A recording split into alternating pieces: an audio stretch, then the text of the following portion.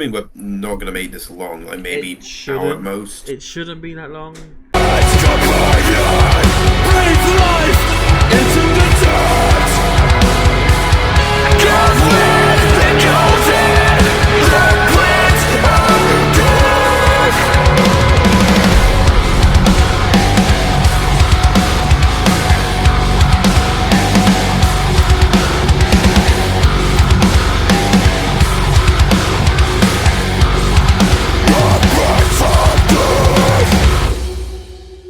Good morning, good afternoon, good evening, and good night, wherever you may be.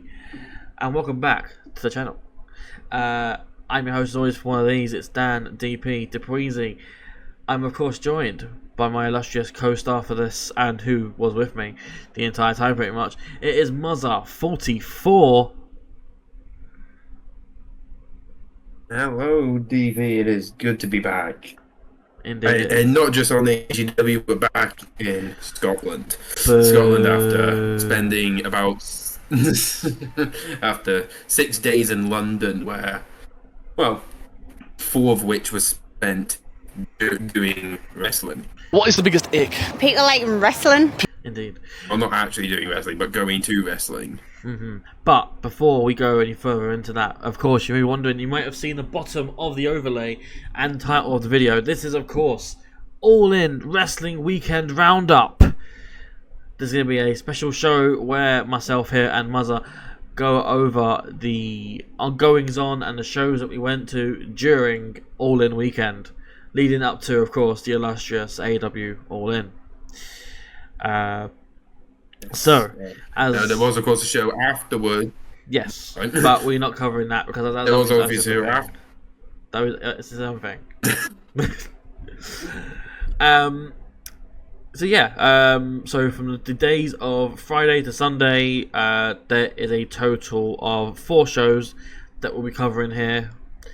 2 of which I went to, and 4 of which Mother went to. I was here, there, and everywhere. Quite literally, he made the However, most out of the London you weekend. did manage. You did manage to catch, of course, one of the shows. Yes, yeah, the one Another the one show I you probably did not- the one Oh. I probably should have watched. In all fairness, Yeah. Well, the one you probably should have been to if you had the money, but you know. yeah, I mean, I didn't fancy paying £1,500 for a front row. Or £440 for my seat, which limited the view. Like, to be fair, I maybe with everyone standing up and me standing up, I could see 3/4 of the ring. Yeah, So, yeah, not I too mean, bad, but I know. yeah, like with me, like if I've got the picture, I'll put a picture of where Muzza was sitting in the stadium, but like where he sat at the stadium was ridiculous to me. I think you were like the 5th or 6th row of the second section of the floor on hardcam side, which was, to me, that's kind of ridiculous because like I'm always worried about getting stuck behind someone who's tall, someone who's wide, or someone who's got a fucking sign. Like it's like we're not even 10 minutes in, and I'm always wearing. But it's just a case of if I'm going to be down on the floor, I'm going to be front row. Or the very least second row. Like, I don't want to be stuck behind someone's sign. Yeah, obviously, I think we both have varying differences of how we enjoy this. For me, it was just getting to be there, the atmosphere. We'll go into more. Yeah. Well, we'll go into detail about the matches, but yeah, We are talking overall, all in. too much about All In right now. Let's rewind back to the Friday. So the Friday was, of course, the first of the shows we went to. It was Riot Cabaret, All Singing, All Dancing, 2024. The exact same title as the show they had last year, but 2024. Of course, in the Clapham Grand in London, which is handily just very close to the train station. So if you're travelling by train, it's very easy to get to the venue. What did you think on your return to the Grand? Because obviously this is not your first time there. Yep. For those, I don't think we never took. I think you did do a review of it, but I wasn't there. Yeah, but yeah, I was at that show last year. And you Clapham Grand, definitely one of the nicer, a very nice venue. Just I know it's it's not big. It's not big, but it's not small. It's good size, but Yeah, where it feels big, but it's very tight and not in a bad way tight and compact, but you definitely feel like you're in with the crowd. yeah, absolutely. It's more of a definite club feel to it. Like it's like the literal like you go in there and you know it's gonna be a good time because of just the way everything's stretched out. It's not. I how to describe. It's not a small venue, but it's also not a massive venue, as you said. Like there's always somewhere you can stand or somewhere you can sit, whatever. Like there's even an upstairs section that I didn't know existed before Friday. Like I knew there was a balcony, but I didn't know how tall that balcony was. Turns out it's really fucking tall. Like I went up, I think 3 stories of stairs to get to the balcony, where I met a friend of mine who happened to be at the show, and I didn't know she was there, but she was. And yeah, the venue's great. I love the Grand. In honesty, I don't know if I told you this. The first time I went to the Grand was for Rack Cabaret, and it was a second ever show. I couldn't get time off work for it, so I went to the show in my work clothes. So quite literally, I'm sitting there front row at the ringside, and you can see me in my yellowy, like off-white top, whatever.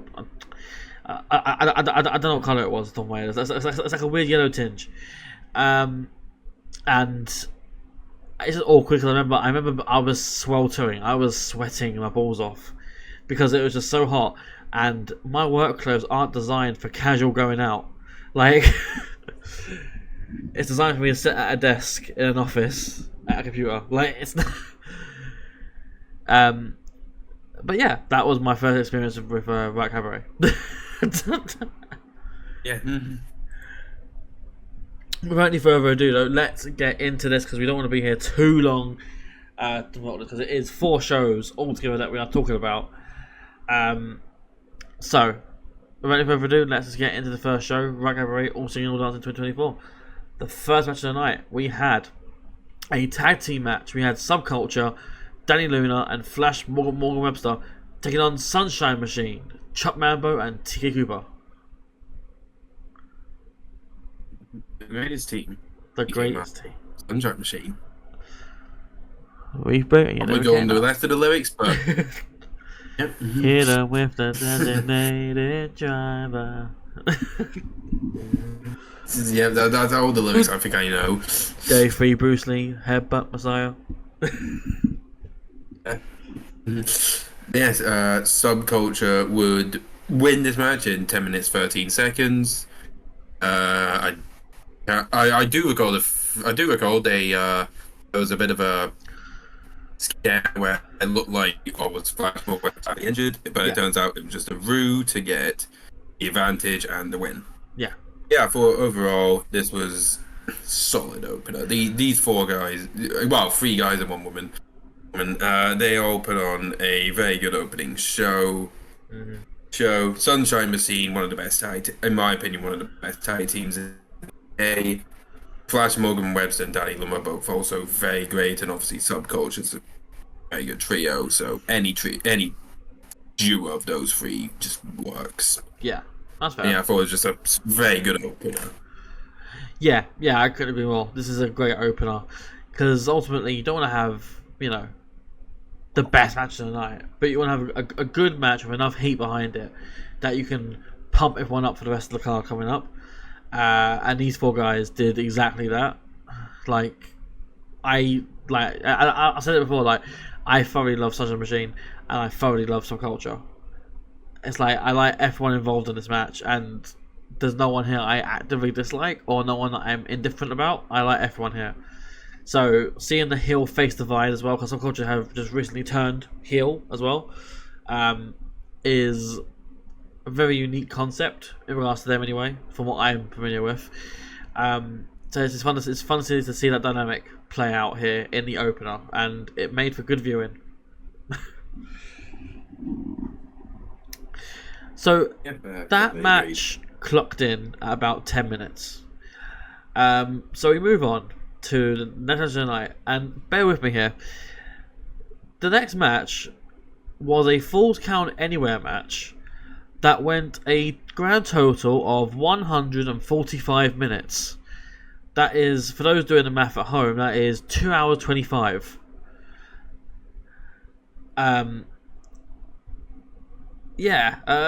Falls Count Anywhere, special referee Simon Miller, Amira and Cassius. Amira and Cassius.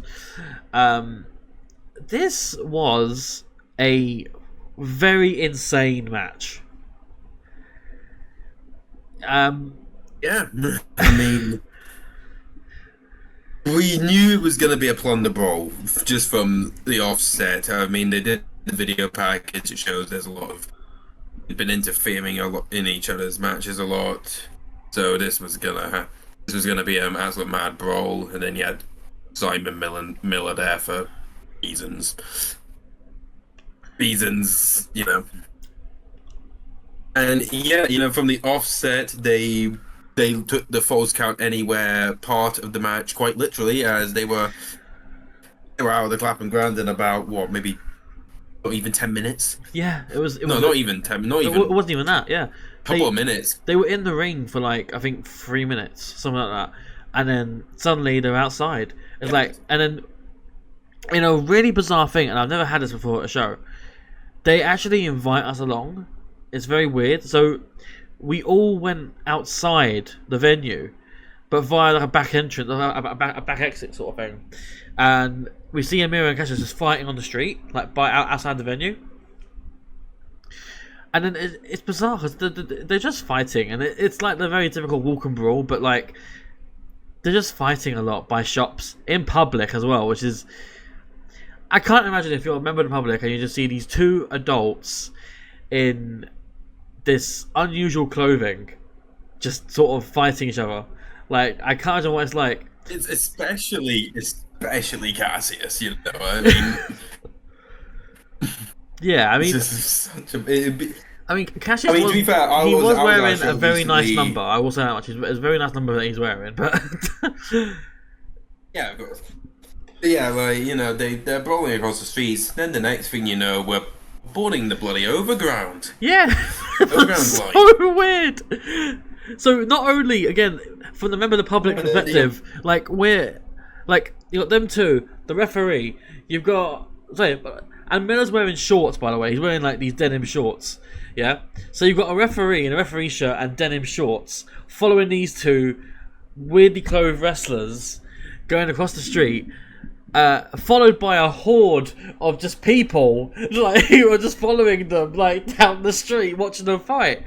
And then, as you said, we went to the overground, which was bizarre in itself. Like, we were all told we couldn't pass a certain point because the cameras are filming and all that. But so we're all there, like behind the camera, watching these two fight in what was quite luckily a nearly empty carriage. It's quite rare you find that, to be honest, on the overground at, what was it, like half 7 p.m, something like that. Yeah, it's very weird, you know, how you know, we're all able to get a good view of it despite all being very crowded in that one carriage, you know. Yeah, it was. The fact there wasn't a crush or anything, it's incredible. Yeah, I don't know how London Underground do it. The laws of physics would dictate that many people on one side of the carriage would cause it to capsize or go off tracks or something. But luckily it didn't. And so these two kept fighting, and there was still no winner at this point. After that, we get off, and we're in Southwark, right? So this is just south of the River Thames. And they're just fighting. We go to this random skate park, and there's literal skateboarders who are just out and they're out and about. They're just doing what they're doing. And then you got these two wandering around. Miller's got a fucking skateboard himself. He's trying to learn to skateboard, and we're just there watching this all unfold in a skate park. And then, as if it doesn't get any weirder, we end up right next to the Thames and ending up on a boat. And it's like, this boat doesn't look big enough for over. I don't know how many fans were there, but it's definitely in the three figures. I don't know how we managed to all get on this small boat without sinking the boat, but we managed to. Yeah, I don't get it myself. I really don't get it. Yeah, and then obviously then during the bit, I think then eventually we somehow managed to get back to Clapham Grand in time. Yeah. Before the police came for us, no doubt they would have probably. Probably, yeah. been I mean, refused. But yeah, we get back to the to be ring. fair, there was a police boat that was just nearby. Like, but yeah, it was weird. It was weird. Like, and then we managed to get back, thankfully, to Clapham like boat station. I don't know what it's called entirely. Obviously, as we all know, Clapham's right by the sea, so we can just got off the boat at Clapham, and we're almost at the venue anyway. So we head back to the venue. They're still fighting, mind you. Miller's still reffing. We go back through the main entrance of the Clapham Grand, and boom, we're back in the venue. They're fighting again, and and eventually we go through the front. We go past merch, or say if you went through the left hand side, you went past the hot dog stand, and if you went through the right hand side, you went past merch. And we all made our way back to our collective areas while these two kept on fighting. And eventually, once we got back, we reached the end of the part, which Cass, I believe Cassius pissed off Simon Miller one too many times, played him out, and that helped Amira get the win. Mm-hmm. Yeah, 2.5 hours. It flew by quickly. It didn't feel like it was honestly 2 hours collectively. It but didn't. It was like, and if you don't believe us, you weren't there unless you guys weren't there. Yeah, take our word for it. Like, and anyone who was there can corroborate our story. Like, it's like, we all did it. Like, we were all told to follow along, and we all did, like sheep. I don't know why we did, but we did. Yeah. And if anyone tells you that it was all pre-recorded and all that, they're liars. Precisely. You know what? It's our word against theirs. And who are you gonna believe more? Some random fan or an established podcast? Like, come on. Exactly. Unbelievable, man. Unbelievable. Anyway. And speaking of established, we have 2 established names in the next match after. Did we even... After. Did you clarify who won the match? Yeah, it's clarified Amir picked up the win. Okay, yeah. Yeah, Amir won by submission. Yeah. The next match was a singles match. Spike Trivet versus Charles Crowley. Spike Trivet winning in 7 minutes and 54 seconds. Yeah. With the this birthright. match, these two had a he calls it the birthright. This match had a bit of heat into it because I think Trey cost Crowley and Session Twats the tag titles, and Crowley's looking for some payback, but Trivet sprayed him with his mist that I'm assuming this is something he's only been using in Riot Cabaret recently. From what I've seen, yes. It might be in other places, but not on main ones anyway. Yeah, he's used the mist he used the mist last time on Crowley to cost him the titles, and he's done it again. Crowley just never gets out of first gear, unfortunately. He gets some hope spots in, but you can tell by the time how long this match went, he never really got out of that first gear, and very eventually picks up the win. Yeah, precisely.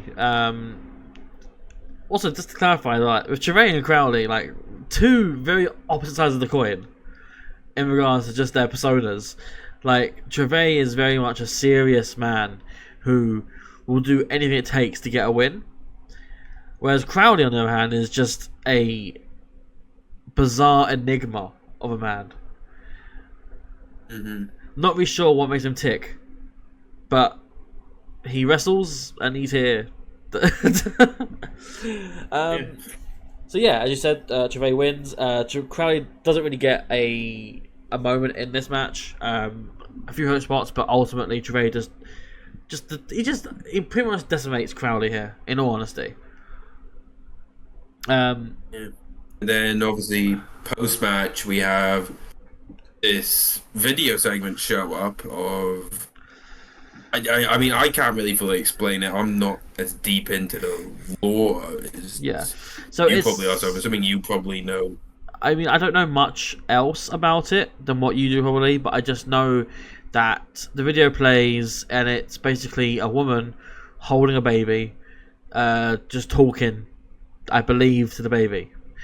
I didn't really catch anything that the baby said, but the baby said that the mother said. Sorry, and I believe it's the assumption that it has something to do with Crowley's mother. I don't know entirely, so don't take a word for it. It's just more mind games from Gervais, basically. Like Gervais does this a lot with other wrestlers, where he has like these video promos that play out, like, "Oh, I'm coming," or "Beware your back," or whatever. Like, it's just stuff like that he does all the time with wrestlers, and this is just another example of that. Yeah. But And after this, also post match we have post match Session of Martina comes out, and obviously her and Crowley were former tag champs, but it looks like they were always tag partners that never really got along. But it was like friends, frenemies sort of thing, and Session comes out for her match and whispers something to Crowley, and Crowley leaves. Don't know what it's about, but we'll maybe figure that out the next show. Maybe. But yes, next match, a triple threat match for the Riot Cabaret Women's title. Nina Samuels, the champion, against Millie McKenzie and Session Moth Martina. Nina Samuels would retain in 9 minutes and 23 seconds. Yes, Nina would continue her long-standing reign, and I believe with that win, it does guarantee her past 2 years as champion, which is insane. I am fairly sure my first show at Riot Cabaret was her first title defense, or the show which won a title. I can't remember which it was. Which is just insane, and it's incredible for Nina, because Nina is truly one of the best on the BritWres scene, if not even, dare I say, the world. She's got everything, honestly, and I'm not being biased here. Like Nina deserves her flowers. Like, give her flowers. She absolutely deserves them. Like, the amount of work she puts in, and her character work, and she goes everywhere and wrestles everywhere. Like, you'll see her, like, quite literally as, like, the Ultimate Dragon. Like, she does that picture of her holding, like, 13 different titles that she holds simultaneously. Yeah, I think she was out 3 of the 4 shows. She was out 3 of the 4 shows. Yeah. I was at. I think she was out 4th on a different show on the Monday, and she was on AEW Collision. Yeah.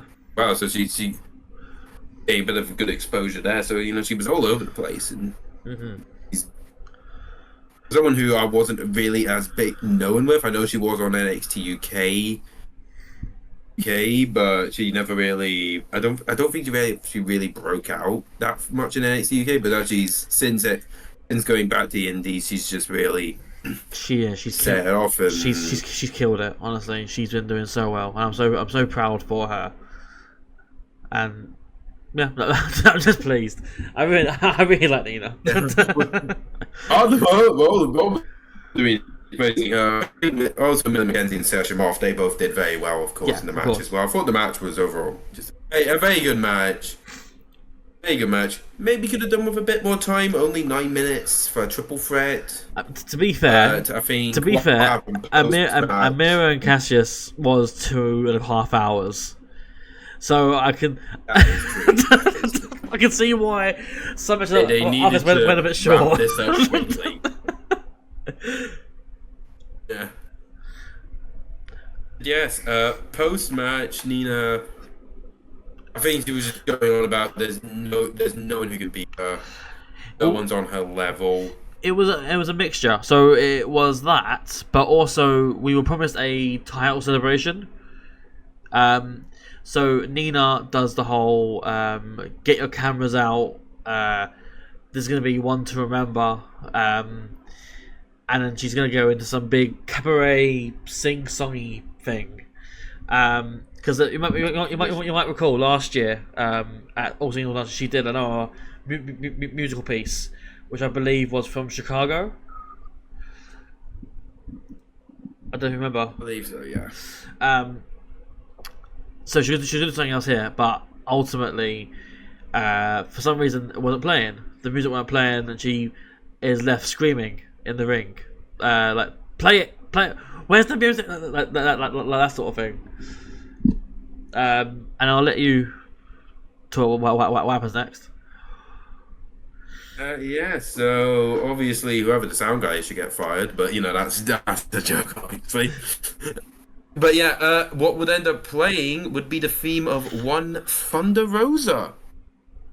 The first real big surprise, big AEW surprise of this weekend was Thunder Rosa showing up. She shows up, gives Mina her flowers, but then it turns out he's the one going into song. I would sing essentially a parody of Living La Vida Loca. And since that has been played, it is stuck in both our heads, I think, still. Yeah. She'll turn you upside inside out when you're wrestling Thunder Rosa. Yep, that's pretty much how it went. But yes, afterwards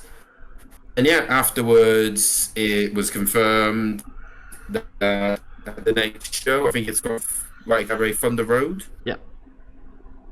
I And think that's the name of the show. guess who has two? Guess who has two Nina thumbs Samuels and has got a ticket? This guy. I forget which side you are, but yes. I'm that way to you. Yeah. That way. Yeah, that way. That guy. Me. And yeah, so Nina Samuels will defend against Thunder Rosa at the next show. I'm gutted to not be going. Probably not be going, but I'm sure he's going to be a great guy. Yeah, absolutely. Like, as soon as I saw Thunder Rosa come out, I was like, no way. That's why it's called Thunder Road. I was like... So I there and then I bought my ticket. I turn next to you and all I see... Yeah, I turn and I see you fucking confirmed. Listen. So all the fine details and all the numbers are 01. Listen. You don't skip the chance to watch Thunder Rosa wrestle. True. True. And Nina, of course, but And Nina, then just before- Nina's everywhere. So like Thunder Rosa's not the one who's everywhere. And of course, as of today of this recording, Cabaret posted footage of backstage incident involving those two. They go into a bit of a brawl, and they have to be pulled apart by officials and some guy called Tate Mayfair's. No. Excuse me. You mean the greatest professional wrestler to ever walk planet Earth? Tate Mayfair's. But yes, he was there. Yes, you're right. I mean, things are bad when he's having to, be peacekeeper. Yeah, exactly. Well, allegedly he wanted a picture of the hat, so I don't know entirely. But what happened there? But Yeah, But saying that, he pulls away Thunder Rosa, Yeah, not Nina Samuels. So I think he was just happy to see Thunder Rosa like we were. that's fair. Yeah, that's fair. Yeah. We move on to the last match before the break. Yes. They announced a special match. Yeah. An announced match. It'll be in a singles, and wow, what a match to get! It was Leon Slater versus Josiah, Yeah. which Leon Slater would win in 11 minutes and 53 seconds. And once again, Leon Slater. Last year, him and Robbie X, in my opinion, stole the show. This year, arguably, probably did again. I think it's definitely top 3, top 2 That's fair. even. That's I think fair. it's between this and the main event. Yeah, I mean, if you're familiar with Leon Slater, of Obviously- course, Leon Slater was signed to TNA. Great signing by Scott D'Amore before he was let go. And Zazaya has been killing it on the Rev Pro scene. So if you're familiar with Zazaya and you're I familiar with think Leon for a Slater, goal, this is one that was just amazing. yeah, it was just I think it just Zaya's a great prospect. He's came in from Spain. I think he got one match against he got a match against Oku, which he won, and then since then he's just taken off from there, and he's now Yeah. showing up a bit more in the UK. Yeah, I believe. I think he's definitely someone. Yeah. I think he beat Oku on his debut, and then Oku defended the title against him in Spain, and beat him in Spain. No, I think it was the other way. I think he bet Oku in Spain. Oh, okay. And then he got a defense. He got a defense in. I don't know where it was. It was in Rev, obviously, but I don't know what show it was. But the next big Rev show, he got a title shot. Oh, It was fair like enough. he got a big. But yeah, like this match, very great. It was very good. Yeah, I liked it a lot. But yeah, as you said, that was the end of the first half. Of course, during the interval, we were told that Thunder Rosa was doing meet and greets. So I had no money, so I couldn't do it, unfortunately. But I'll be doing it in October. Don't get me wrong, I'm doing it in October. But I believe one of us here did get a picture of Thunder Rosa. Yep, I was milling over it for a while, and I thought, you know what, I'm probably not gonna see him in October. Probably when are you gonna see Thunder Rosa again? So I thought this was just a chance for me to get in. I thought last minute, screw it, I'm on holiday, I may as well. Yeah, I got my photo taken, and yeah, it was nice. It was very good. That's fair. And other than that was the main thing, I believe, for the interval. That was it, really. A bit extended because they wanted to really get everyone in who wanted to see Thunder Rosa. And when I say everyone, there was a queue that went all the way down from the merch table to about where the ring is. Like, so that's a long queue that was there to see her. Like, They had to move all the wrestlers who would usually be at the merch table to the ring yes. to accommodate Thunder Rosa. That was insane. But yeah, so we go into the second half of the show. We kicked things off again. It was a long show, so we kicked things off again. We were told that it was only 2 matches, the second half of the show. So we went straight off into the Riot Cabaret Tag Team Title 4-way match. Whoa. What's up? What? Whoa. I think you're missing a match. And I know why you're deliberately missing this. I'm not missing a match. No, I think if you were to look on Cage Match, you would see there's a match, a singles match, and it features a wrestler that everyone here knows you have, for some reason, have a bias against. And I know this match happened because I have footage, and I will show you this footage now.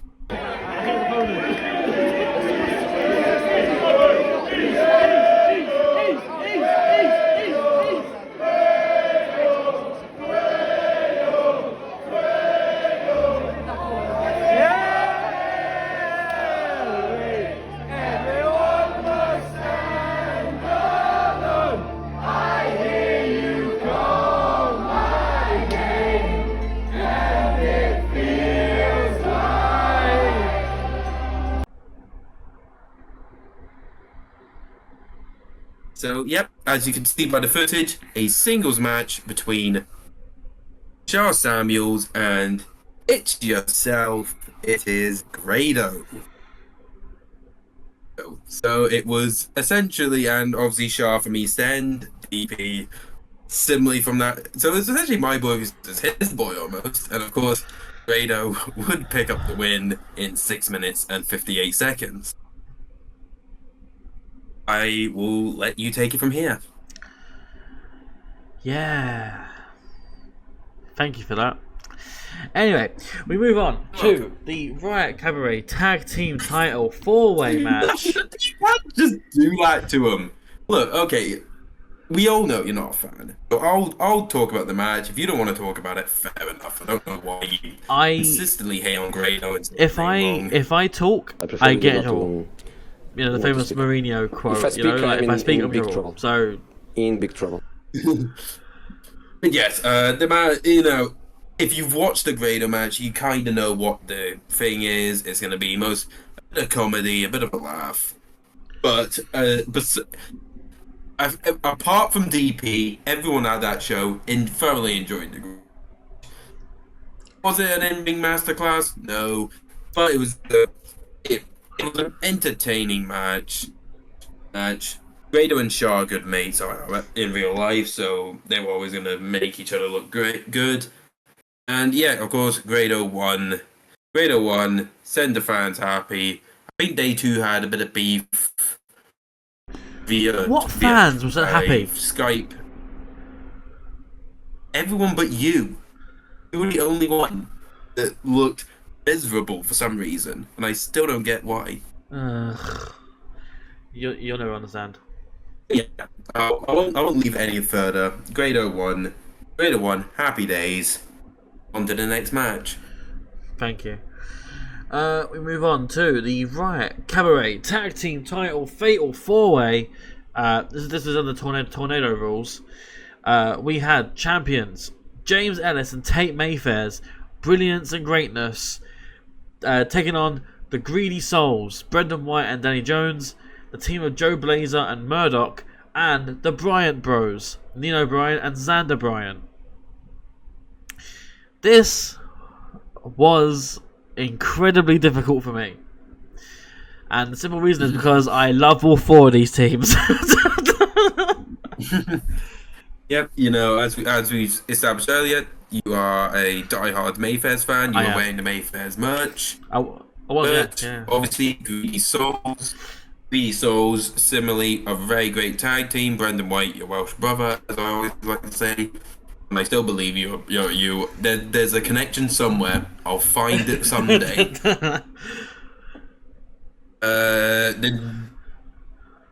The Bryant Bros, I'm not too familiar with. I'll be brutally honest. Similarly with Joe Blaze and Murdoch, I did like Murdoch's gimmick of the iPod. Mm-hmm. The iPod gimmick is so good. It's a very weird thing. Like, you'd be in the middle of the match, and it's just you hold it in the air like, and then you hear like the PC disconnect sound. It goes like doo doo, and then you hear like the scrolling through a playlist. Yeah, and then it just plays a song. I can't wait to play now. I think it might have been Danger Zone. something like that. But yeah, it was again. This was not the longest match. Mayfair's announcement was held in 7 minutes and 51 seconds. But as we established before, we had a 2-hour match. Yeah, I can see. Match. Yeah. We needed to. It was getting late at this point. We needed to get through. At this point, it was probably like 10 p.m. Like, no, that's not true. Yeah, almost. No, about 11. Sorry, not 10. Yeah. But yeah. But I thoroughly enjoyed that match, and it was just chaotic everywhere. Yeah, and that's. And not to need mention that match to be the ending as well of that match, in Martina getting involved and helping Ellis and Mayfair's. Considering they were the ones that won the tag titles off them, I'm curious at where that goes. Is this some Sejimov heel turn? Is this maybe she's deliberately wanting them to win because she wants to beat them? Maybe, With or Crowley? we get a brand new trio in Riot Cabaret. Yeah, the Brilliance and Greatness Sessions. Oh, it rolls off the tongue. It does.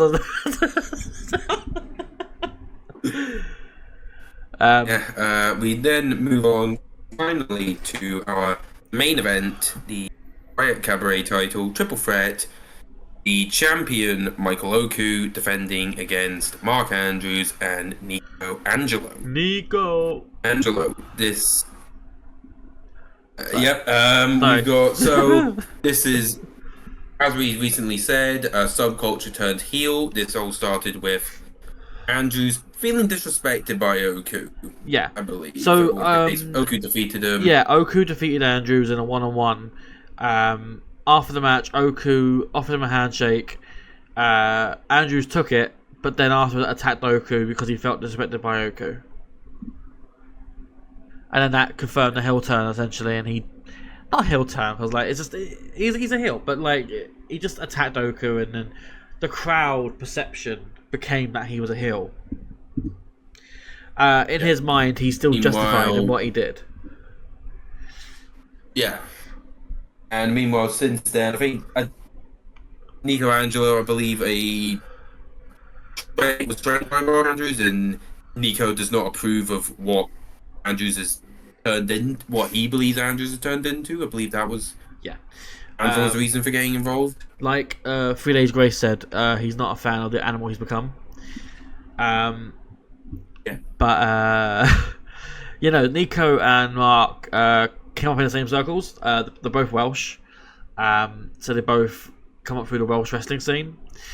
And obviously Andrews has been around a bit longer, but just it's through their mutual connections and mutual sort of careers that they've sort of grown a respect for each other and a friendship that Andrews has sort of thrown away because of his actions with Oku. So Nico did not agree with that whatsoever. So that's now led to this match, essentially. Andrews Oku wanted to beat up Andrews, essentially, and put his title on the line to do so.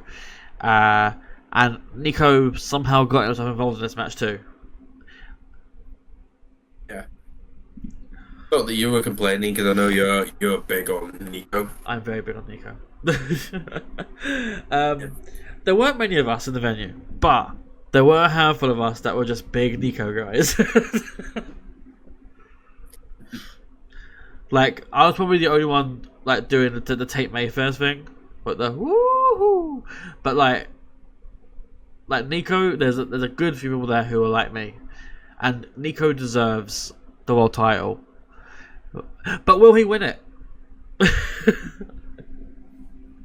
The answer was no. As unfortunately, we do have a new Riot Cabaret champion. Mark Andrews won. I think he pinned. Did he pin Oku? He pinned Nico. Oh, he pinned Nico. There we go. So Mark Andrews pinning Nico. He won in 50 minutes 39 seconds. Overall, the main event was a very good main event. Obviously, I know both Oku and Andrews, two great wrestlers in the British indie scene. And I did see Nico last year, and I can tell he's very much improved in the year since I've seen him. Nico is obviously so Mark Andrews did have some. Andrews, of course, had the help of his fellow Subculture stablemates and Danny Lumber and Flash Morgan Webbs. I'll be glad you actually saw them quickly make the run in early on. Yep. And they were just a factor throughout. It seems like Subculture are just trying to take over.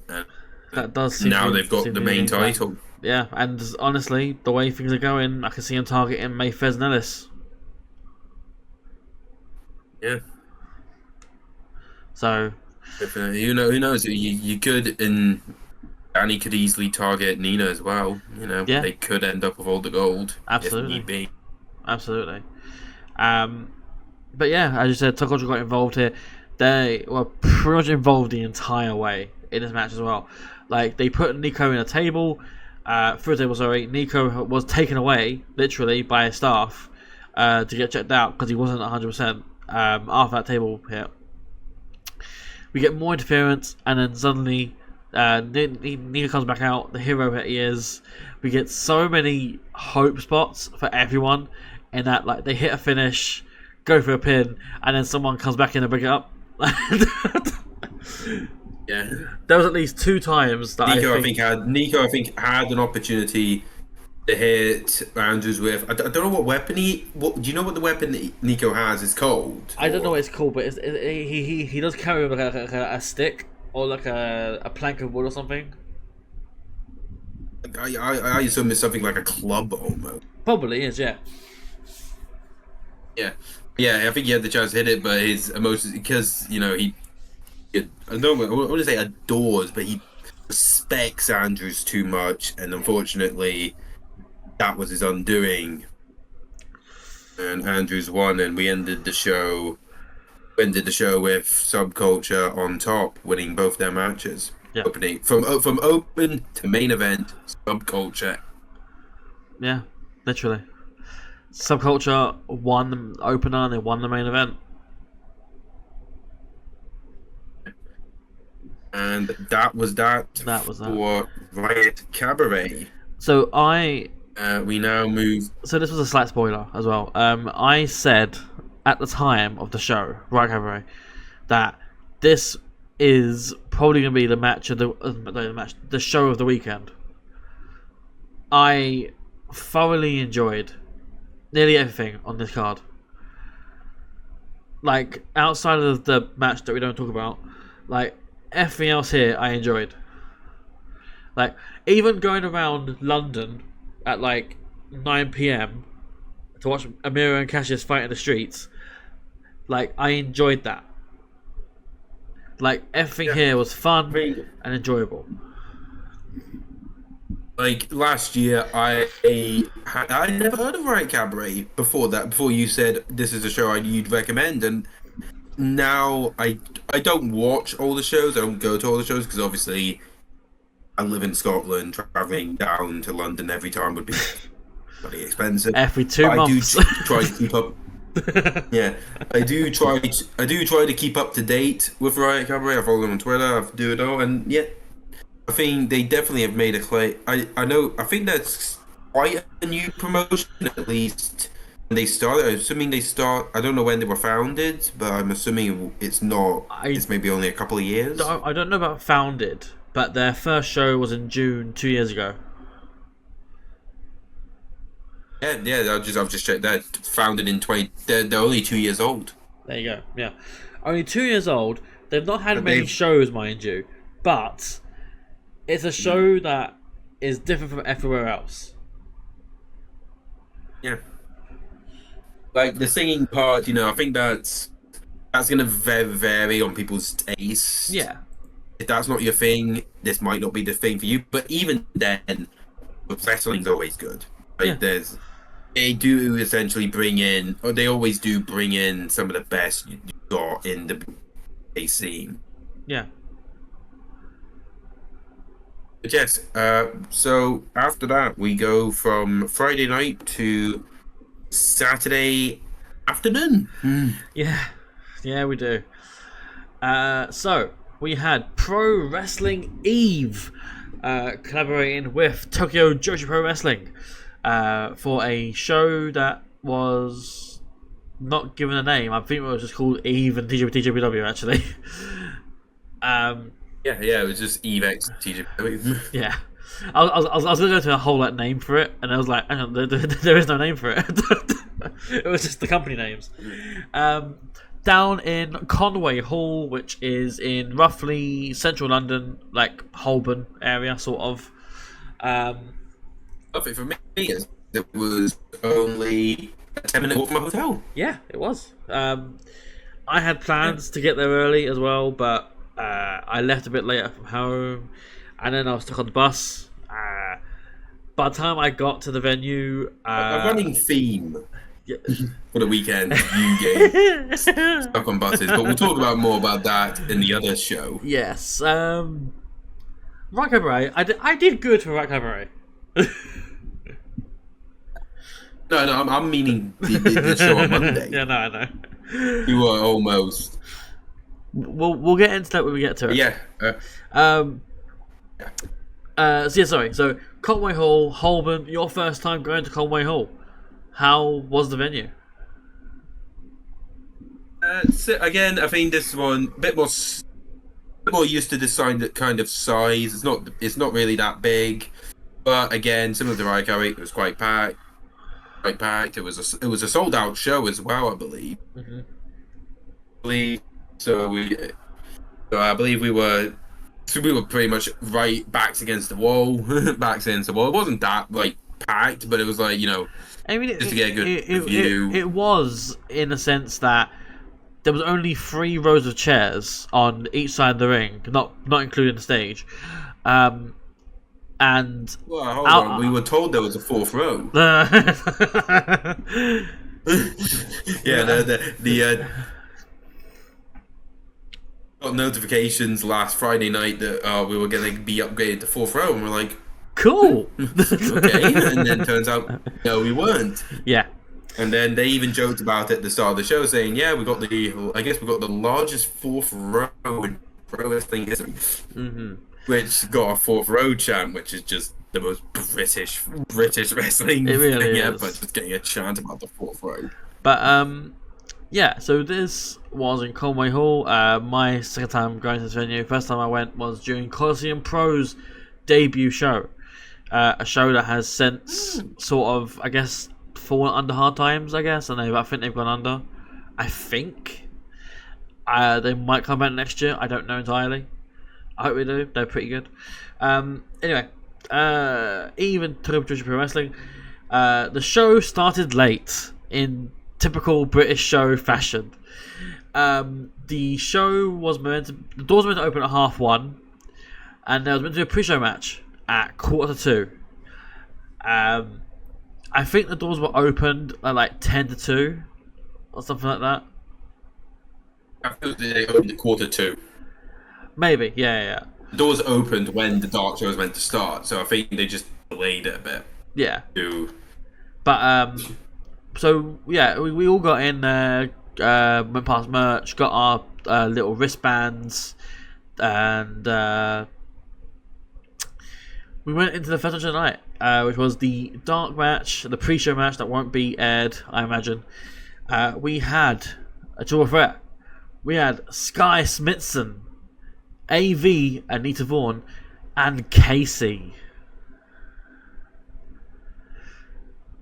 Yes, so this was, I believe, at least for this, outside of this weekend of Friday to Sunday, this is the show where a lot of wrestlers I've not seen. This would be my first time seeing a lot of these wrestlers. Now, I had seen Sky Smithson the year before, but this was my first time seeing her actually wrestle.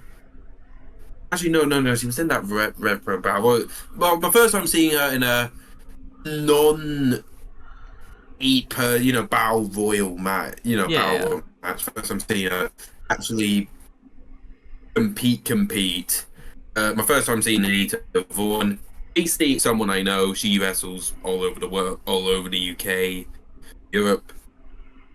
And yeah, we don't have a time for this match, but I believe I believe it was maybe under 5 minutes. I think, or 5 minutes. It wasn't that long, no. Yeah, it wasn't that long. No.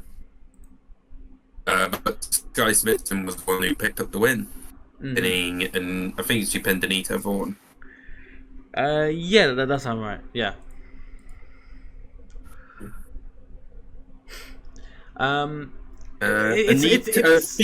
I've seen Anita's face before. I think I saw she's like the header of their Twitter, I believe. Yeah, but she's part of a tag team Eve with Debbie Keitel. They're called the Gals. So that's pretty fun of them. I find it quite weird that I'm still seeing Casey wrestle. The last time I went to an Eve show was Wrestle Queendom 5 back in 2022. Her and Rio had match of the night on that show. It was a 16-minute match where both women gave it their all. Rio won, and after the match, Casey cut a promo questioning her career and questioning if she still wanted to wrestle. And not still wanted to, if she still could wrestle. Like her body would give up on her and that sort of thing. So I'm just amazed that she's still fighting today. Assuming it's still the same. Assuming it's the same Casey, which I'm sure it is. Yeah, it is the same Casey.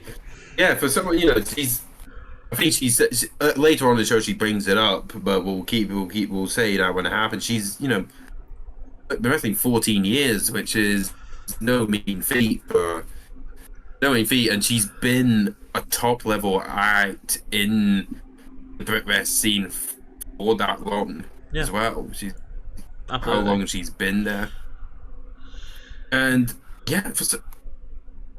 amazingly, even though I would have assumed she would have at one point.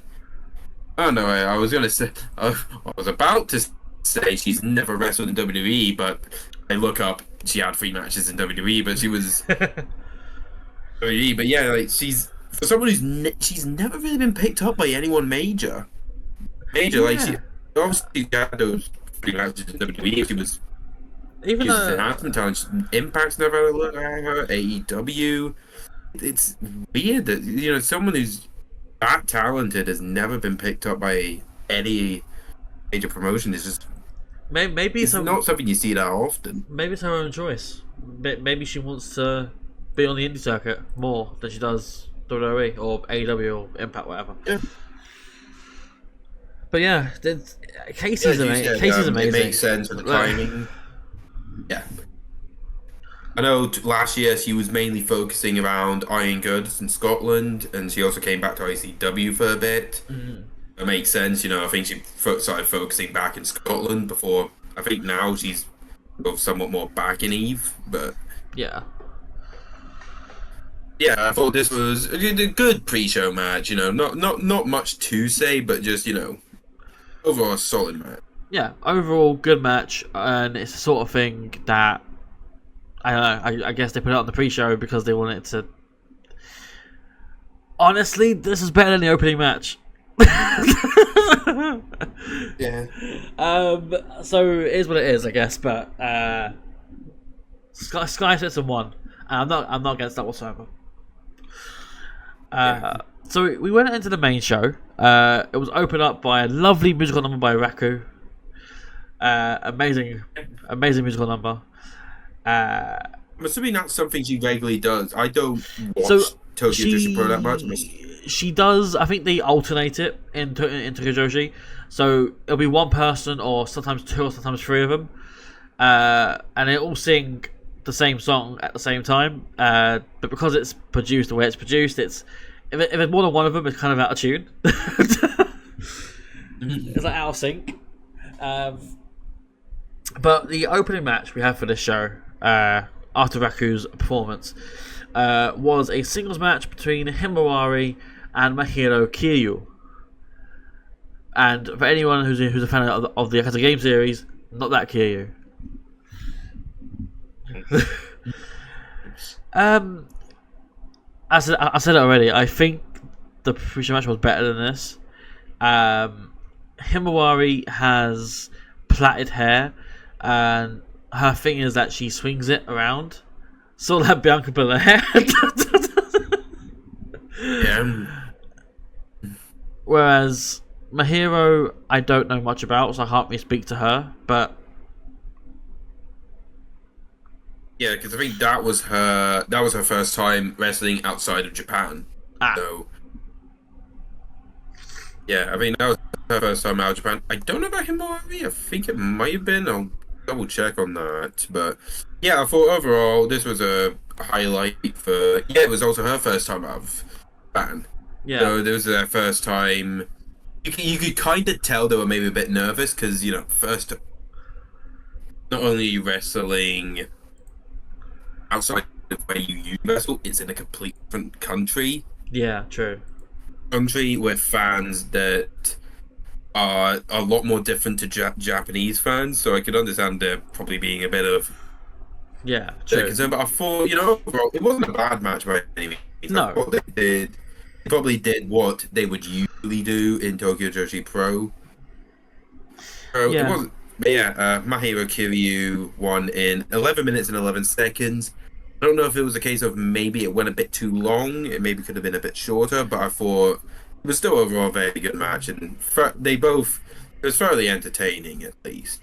Yeah, precisely. And I know the reason why, like, this went on first instead of the pre-show match, because they want to, promote the Tokyo Joshi connection, which is fine. I get that.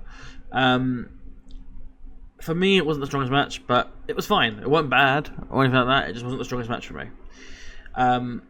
But speaking of the strongest match, we have a serious contender up next for what was my match of the night. We had a singles match, Alex Windsor and Lana Cross. I thoroughly enjoyed this match. Yeah, I thought I enjoyed it as well. It maybe wasn't my match of the night, but I think it's between this and the main event. Yeah. For what was top match. Wins. Obviously, she's now started to get a lot more attention recently. She's showed up in. I think she's showing up in AEW. She's showing up in Tokyo Joshi Pro and the US Indies. Lana Cross, not a name I'm fully familiar with, but I'm assuming she is a rising talent, I believe, in the UK scene. Yeah, so fairly young. Hasn't been wrestling that long. I think it's about 6 years ish. She comes from Australia. Okay. She's an Australian talent. I couldn't name you where she's wrestled other than like PWA, because that's the only place I've seen her wrestle. Other than that, though, she's had a fair share of going around places. I believe she went to Impact. I never saw that though. And also, I think she was in DDT at one point as well. Yeah, I just said she was in DDT. She was in Old Japan.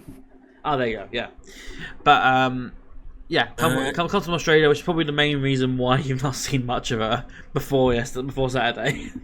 Yeah. Just had a quick look. I don't see her. Oh no, there's the Impact. Yeah, she wrestled a single match. Fair. Yeah. But yeah, no, I thought this was a very good match. Lana Cross very impressed me. I knew what Windsor would bring to the table, and I thought these two put on a very good match. Mm-hmm. Yeah, absolutely. These two were just a very physical affair between these two. A lot of explosiveness here, a lot of power on display. And Windsor being the face here, and she's been a face for a little bit now in Eve, but she was heel a while ago as well. But like when the Royal Aces were around, Jetta and Charlie Morgan. I think they're both retired now, or both at least left Eve.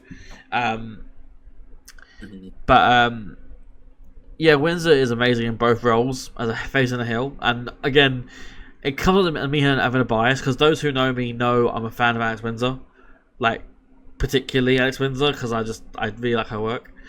Lana Cross, this is my first time of seeing her as well. Like very much impressed me, and I look forward to seeing more from Lana Cross. Yep. We move on then to the third match from the card, a battle between the two promotions, TJPW versus Eve. Raku took on Session Moth Martina. Now, Martina, people I talked to said that this could be a sleeper hit. Well, I think it's a case of I know Session Moth can be a good wrestler. I don't know much about Raku, but it seems to be she has a certain gimmick. I know she has a sort of gimmick of always falling asleep. Yeah. Session Moth was also clearly hungover. I don't know what she did between Bright Cabaret and here. Probably doing Session Moth things. I mean, there was a chant going around of she's hungover. So yeah, no doubt. But yeah, Raku won in a Rey Mysterio special 6-1-9, 6 minutes 19 seconds. Booyaka. Surgery in my left knee. Like it's from what I Yeah, understand. this wasn't much of a. Oh yeah, it wasn't really much of a match. More, an entertaining Yeah, precisely. bit of comedy. Yeah. And I thought the comedy worked off very well. I think Raku, the character Raku anyway, suffers from narcolepsy. I think she's tired a lot of the time, and I think that she has a tendency to just fall asleep in matches. Every match of hers that I've seen, she has fallen asleep in some capacity. So I think it's that, and she also has a song that put people. yes, yeah, which is the reason why people tell Martina to cover her ears. And no wonder she was tired. She had a performance at the start of the show. She probably put all her effort into it. Yeah. Once she was started. To be fair, yeah. Yeah. I just said, And both have their excuses. Rocky was tired after the performance. Session-Off was hungover. yeah, like And you're asking him to wrestle. I will say, like I typically I like things based on work rate and like wrestling work, but I wouldn't be a wrestling fan if I didn't like a bit of fun. And this was very much fun. This was the fun match of the lot. Like Yeah, I thought it was a fun enough match. Got a laugh or two, and Raku picked up the big win. But there was a big thing post-match where Casey would come out yes, and would talk to Session-Off saying, look at us two. We are now the veterans almost. yeah. Almost. And said, That's also and I think it seems like... that's a direct reference as well to Jetta leaving the company or retiring from the company, because Jetta was the veteran as well as Casey. Fair enough. But yeah, it seems, and after that, Session-Off walked out with Casey, so it seems like maybe there's a new tag team or maybe a faction coming soon. I don't know. Look at Martina getting involved old here. heads. Like she said, a team with Casey, a trio with May Fesnellis and White Cabaret. Like, Making moves. yeah, I don't blame her. Making $1 million moves. So after this match, we went on to the penultimate match of the night, which was a tag match, or more aptly saying, a handicap match. It was the teams of Aja Kong and Max the Impaler taking on Sapphire Reed and ZZ, Operation Z they're called, which is basically just, oh, we're young Gen Zers, you lot are old, we don't like you. Yeah, we all know that. Yes, first time seeing 3 of the 4. I saw Sapphire Reed last year. First time seeing Max, ZZ, and of course Aja Kong. Needs no introduction. Legend of the business. Legend of business. One of the best female monster characters of the past 20, 30 years. Years, and obviously, while we won't beat around the bush, she did kind of just play the hit in this match. Yeah. Max did do. Max it's not surprising. We don't need to be harsh. Aja, I think, knows she has her limits, but she works around it, and I think everyone worked around it to make it work, and and the match was still very much enjoyable. Yeah. I liked this match. I really did, to be fair. I was a little hesitant in what I thought initially, because I know Aja's limitations. I know Max's limitations as well. Like, neither of them are particularly fast movers. And I wasn't sure what to expect from this match. But I often forget how good Sapphire and ZZ. Yeah, I think ZZ's only 2 years in the business, and she's similar to Lena from Australia. I think her gimmick, I assume her gimmick is maybe she's sort of a bit more powerhouse, which is not really going to work when you're being wolfed by Max and Aja, but As She far did. as far as I'm aware, She did. ZZ, yeah, two's in the business, but I believe she's English. I believe she's come up through the British scene. I remember Okay, seeing I her. got that wrong. I remember seeing her like on like PEW and stuff like that. So yeah, and like and True Grit, like. But yeah, very recently appeared on the Eve scene. I think only this year she appeared on Eve. I could be wrong on that.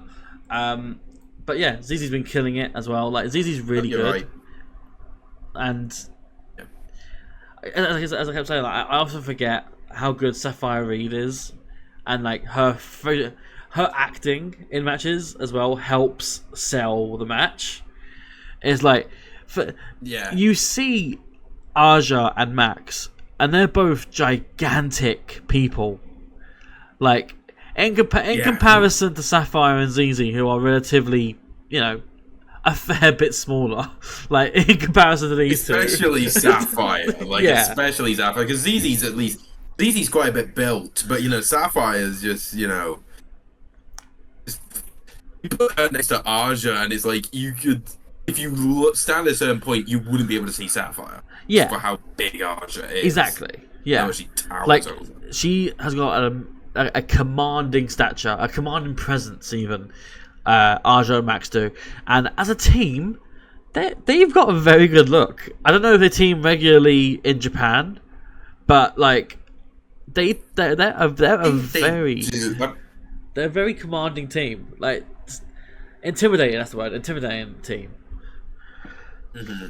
And I think they only started recently teaming. I've just looked it up. Okay. Max usually actually teamed up with Harajuku. Okay, yeah. That was her usual tag partner. They started recently teaming up together though, Max and Aja, and that would be, if that's a team that's going to regularly happen in somewhat semi-regularly happen in TJPW. I know Max is contracted to NWA. She's the current Unified Television champ there, so yeah, so he's getting a lot more exposure, Max, and that's good to see, because I think it's a unique character. I could literally tell you no one else who does that. No. Like, it's unique. Like, it's like, if you say Max the Impaler, like, I know who you mean. It's not like, oh, who's that? Yeah. I know who Max the Impaler is. It's like, yeah. It's like, I know. Aja and Max. But of course, Aja and Max picked up the win in 11 minutes. As if there was any doubt as to who would win in this match. Yeah, Aja not one. I guess Aja didn't want to pick up, didn't want to do the JOB. I didn't mean that, but this is why I said it was a handicap match at the start, like, because it pretty much was a handicap match. Yeah. In that Sapphire did this match. On. Yes, sorry, on. Yeah, but yeah, it was a good match overall. We then move on to the main event for the Pro Wrestling Eve title championship. The main event: Nina Samuels defending against the former champion Miyu Yamashita. We saw Nina yesterday. This was my first time getting to see Miyu, and I was excited for this because I know Miyu is one of, arguably up there with one of the current great Joshi wrestlers, and she just seems like my kind of play. I love basically strikers. Just if you hit hard, I'm gonna love it. And I knew what she's. Her kicks as well, and she did not disappoint. Yeah. Disappoint. He battered Nina. Yeah.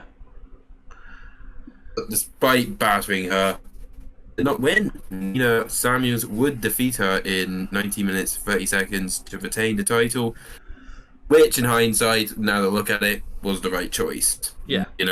Miyu, while she has appeared a lot in Eve, I don't think she's gonna be. Her priorities are at TJPW. Nina will be around more often. I yeah, think I think if you look in the history of it, I think Miyu's done her time in Eve. It's like she was champion for, I believe, over a year. She was champion for, and yeah, 371 days. there you go, yeah. But like she lost title to Sapphire Reed, who proceeded to lose it in her first defense to Nina Samuels.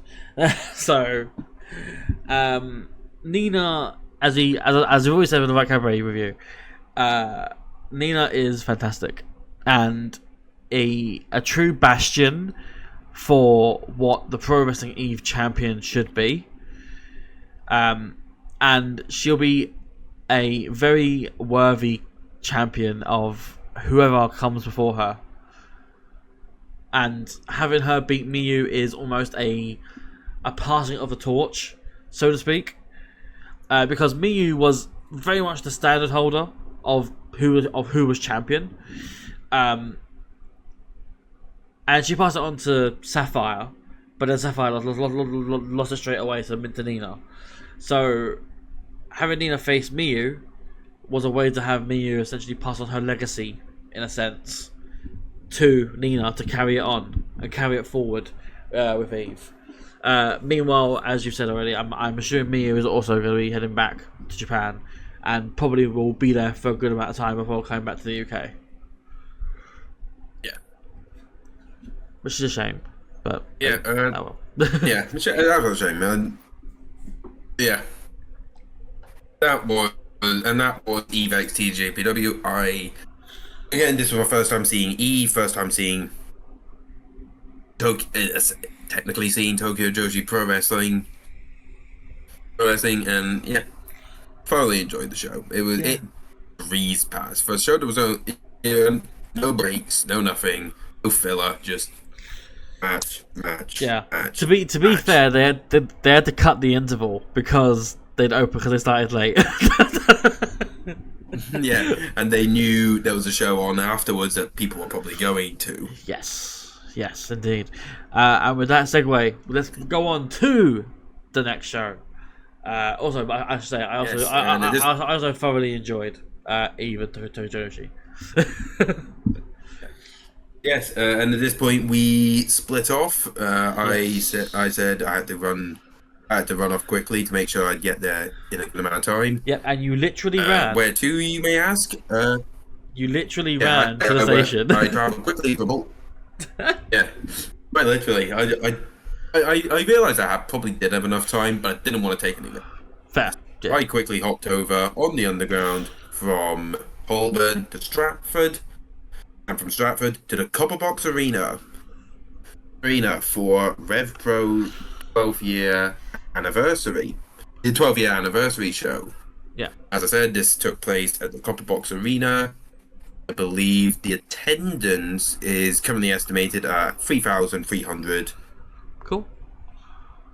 Which is, I think, maybe a bit down from their last year. But obviously, last year anniversary, they had a lot of big matches. Yeah. This one, a bit more focused on their own talent. But I do think this was a good show. We'll start off with the... We were going to start off with the pre-show 8-man tag, but then... I forget the name of the announcer. Is it Olivia Francesco or Francesca? Francesca. Olivia Francesco. Yeah. No, it's Francesca. She was announcing... I think it's Francesca Oliver. I think it is. There we go. I got it mixed up. Yeah, she was about to announce the pre-show, but then someone took the mic off her. A very Scottish-sounding voice, and I was like, "Is that who I think it is?"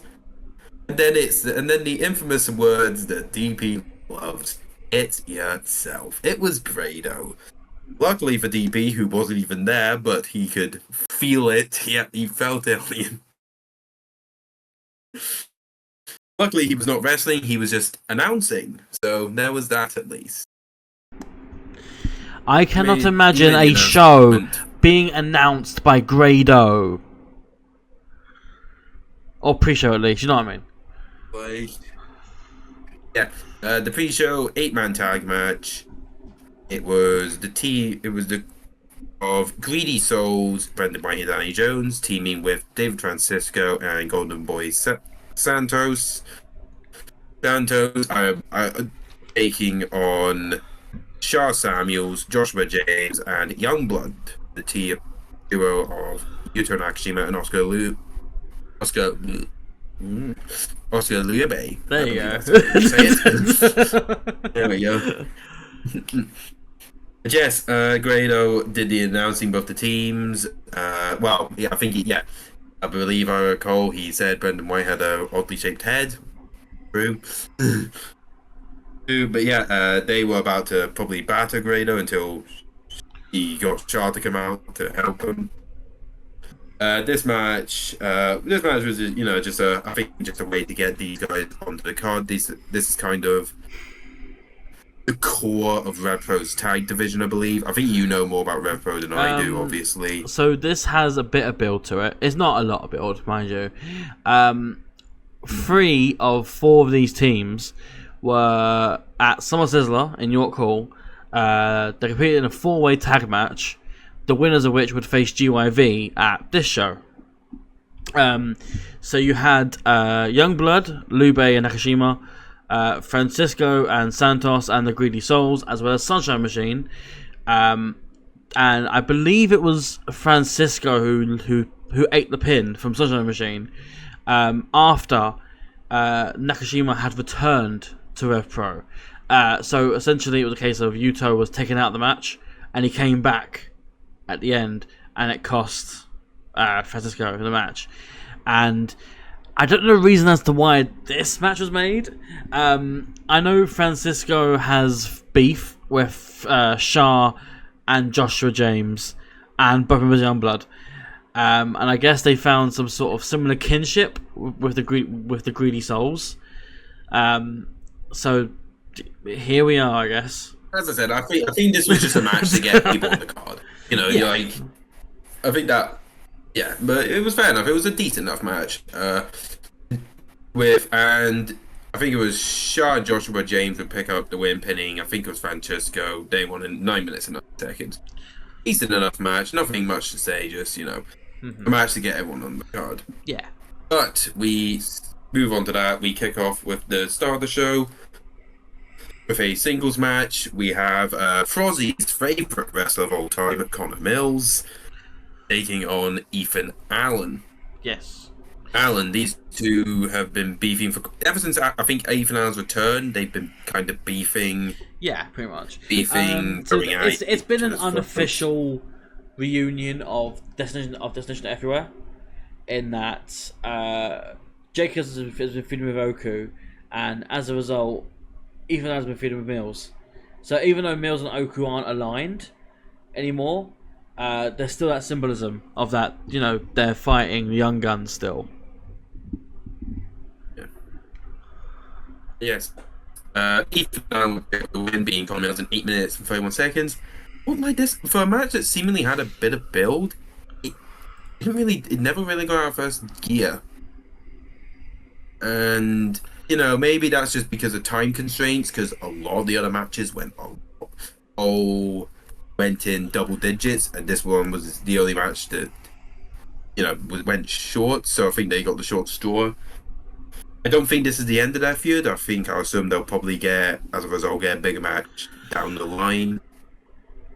But yeah, it was a bit of a disappointing, but it was a good win for Ethan Allen to get. I think has been out for quite. He's had a bad luck of run recently with injuries.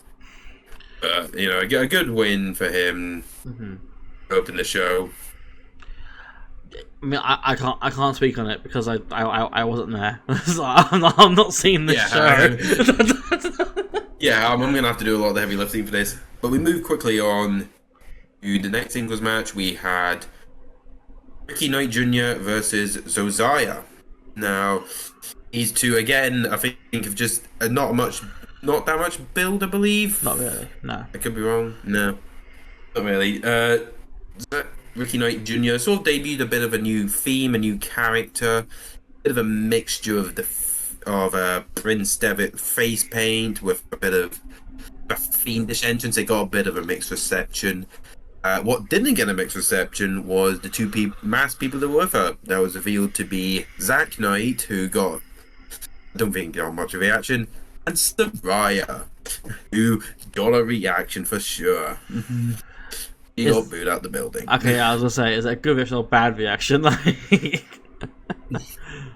I think there was never in doubt. yeah. Never in doubt. But yeah, they showed up and then immediately left. You know, they weren't really. The match overall, though, was very. Well, it was very good. I thoroughly enjoyed it. It maybe went a bit too long. You know, this went. Ricky Knight Jr. won in 13 minutes 28 seconds. It was a very good match. I think again another showcase for Josiah. This was kind of his week. This was almost like his weekend to really show what he can do. Mm-hmm. Ricky Knight Jr. obviously very good. A bit kind of lost, I think, in the Rev Pro card because ever since he bet Will Ospreay at the 10th anniversary, he's kind of just fallen a bit flat. So, last year he had the match with Zack Sabre. Yeah, so I was gonna say, Ricky Knight Jr. has had a tough go of it. As you said, he beat Ospreay at the 10th anniversary show, and he won the title. That was his passing of a torch from Ospreay to Ricky Knight Jr. Ricky Knight Jr. then unfortunately got injured towards the end of that year, which forced his brother, or is it brother? I think his brother or uncle. Zack Knight.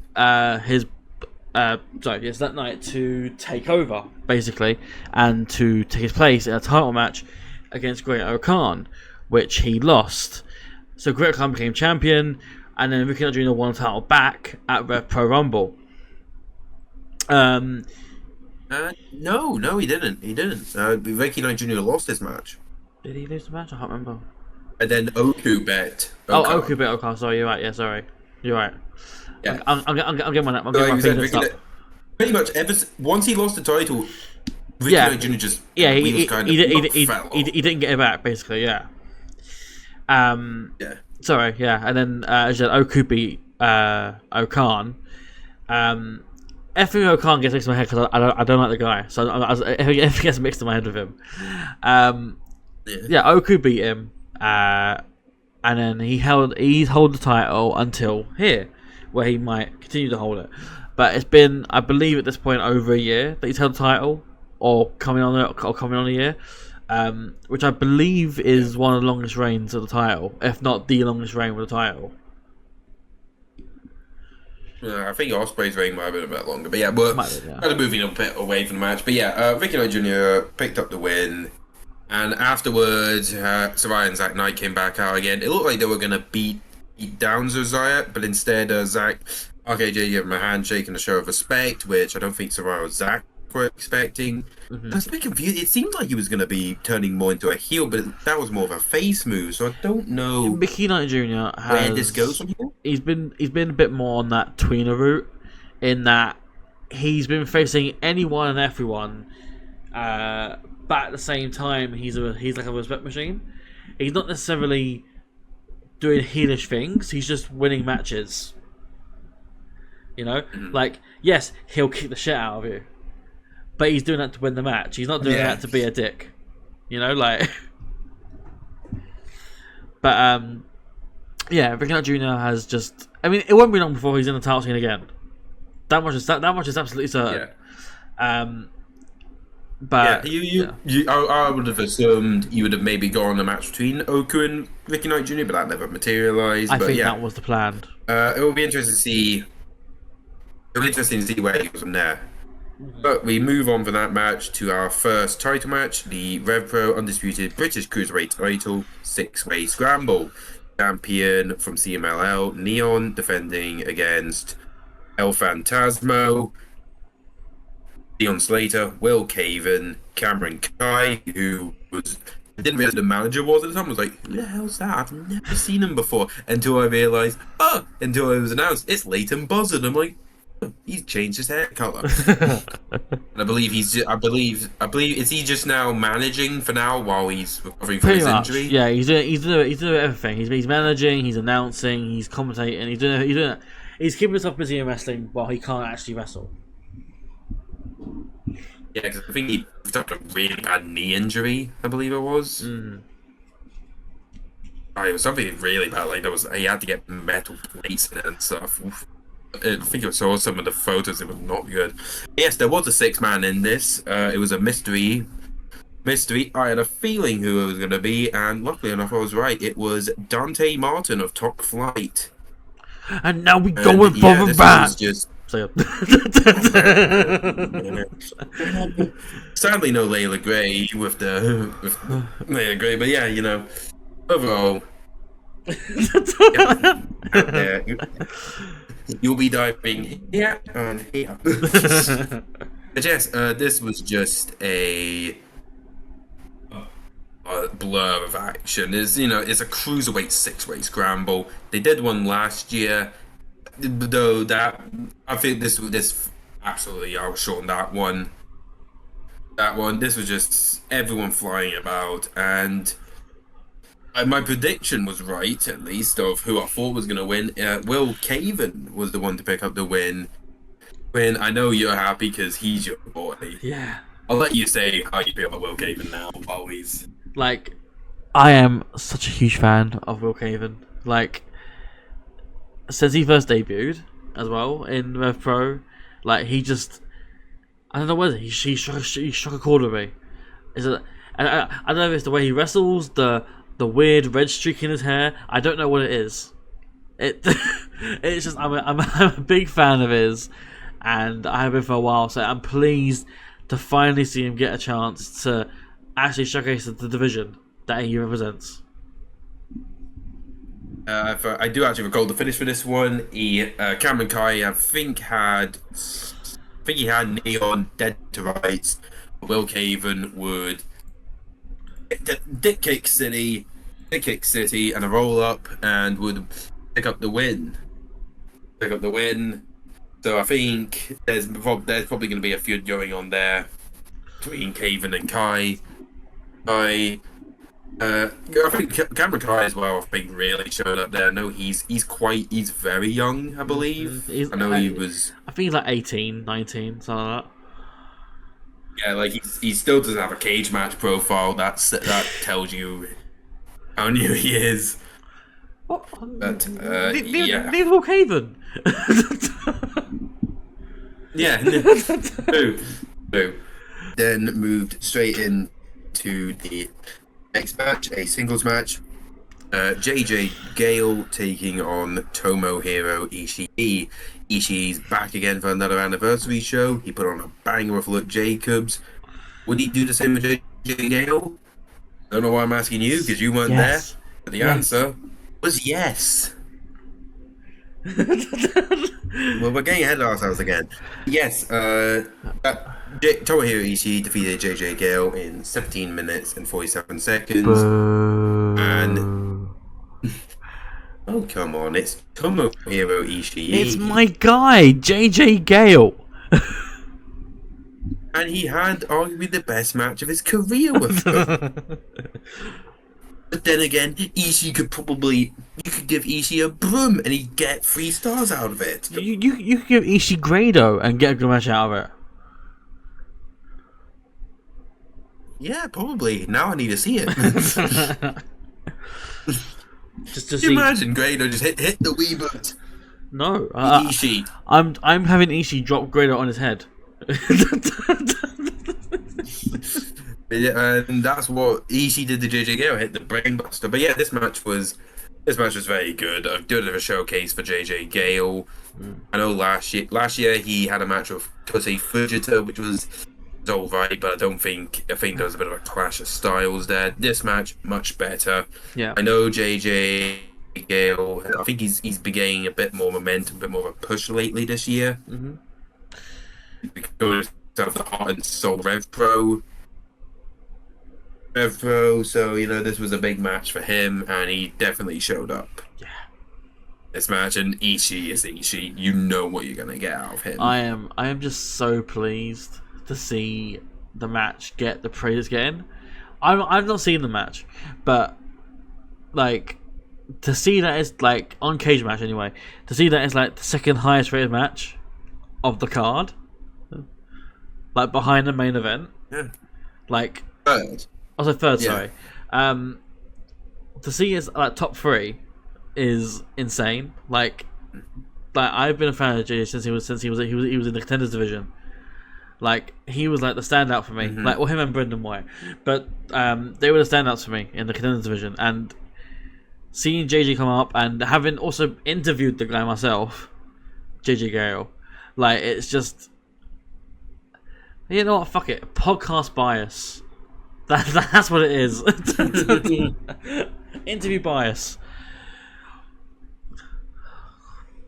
Yeah, these two just did the house down. A lot of near falls. There were some moments where I thought JJ Gale had them, but obviously, what happened after the main event, it made sense why Ishii won. But we'll get onto that later. Yes. Then move on to a 10-woman tag match that was later discovered to be turned into no disqualification. The Comfort Collective of Alex Windsor, Lizzie Evo, Mercedes Blaze, Nina Samuels, and Sapphire Reed against Riho, Kanji, Nightshade, Debbie Keitel, and a mystery fifth woman. Another mystery partner. Who would it be?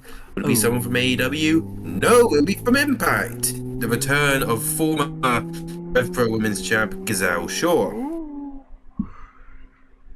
Yeah. As we all know, Deity a big fan of Gazelle Shaw. Of course. Of course.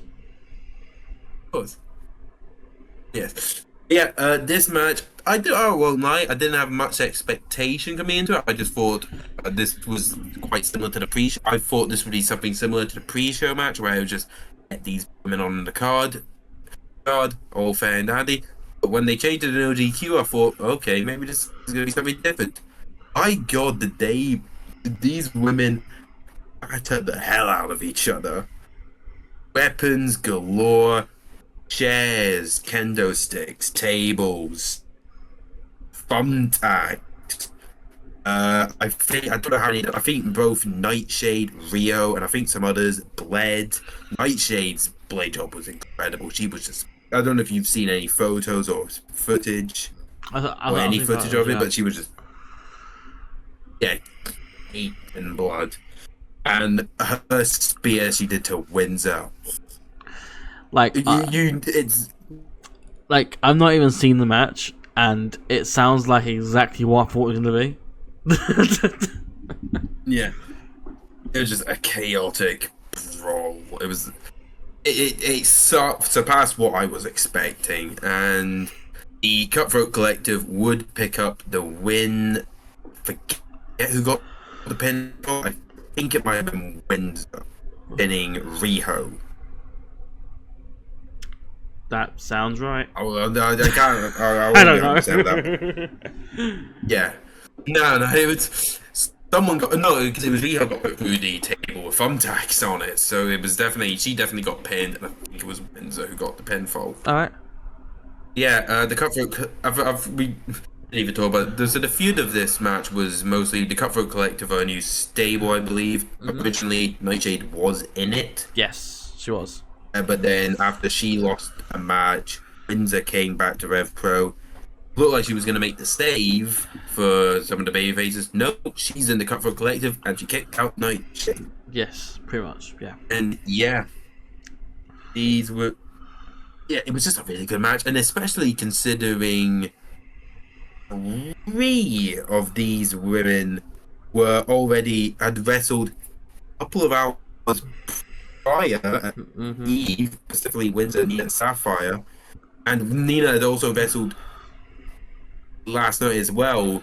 To do all those matches within short time of each other and both brutal matches, as you said, Nina deserves her places, and she arguably for me was probably MVP of the whole, outside of obviously All-In, of the whole indie shows that happened throughout the night. I don't know what happened Progress on Monday, but I think Nina's shone this weekend. Yeah, it seems that way. Again, I have not seen the Rev Pro show, so I can't speak on it particularly. But I know that Nina was in a match at Progress 2, so she wrestled at Right Cabaret, Eve, Rev Pro, and then of course Progress. Yeah. So yeah, this match 4 was matches in very good. It was just very good. 3 days. 4 matches in 4 days. Yeah. Yeah, it was a very good match. For a match that went 22 minutes and 56 seconds, it didn't feel like it. It went by quickly. Mm-hmm. Quickly. Yes, we do go on from this match to the next match. A singles match. The Donovan Dijak against already Gabe Kidd. I think this match, bit of a short-term build. I think Dijak showed up, and then immediately Gabe Kidd's wanting beef with him.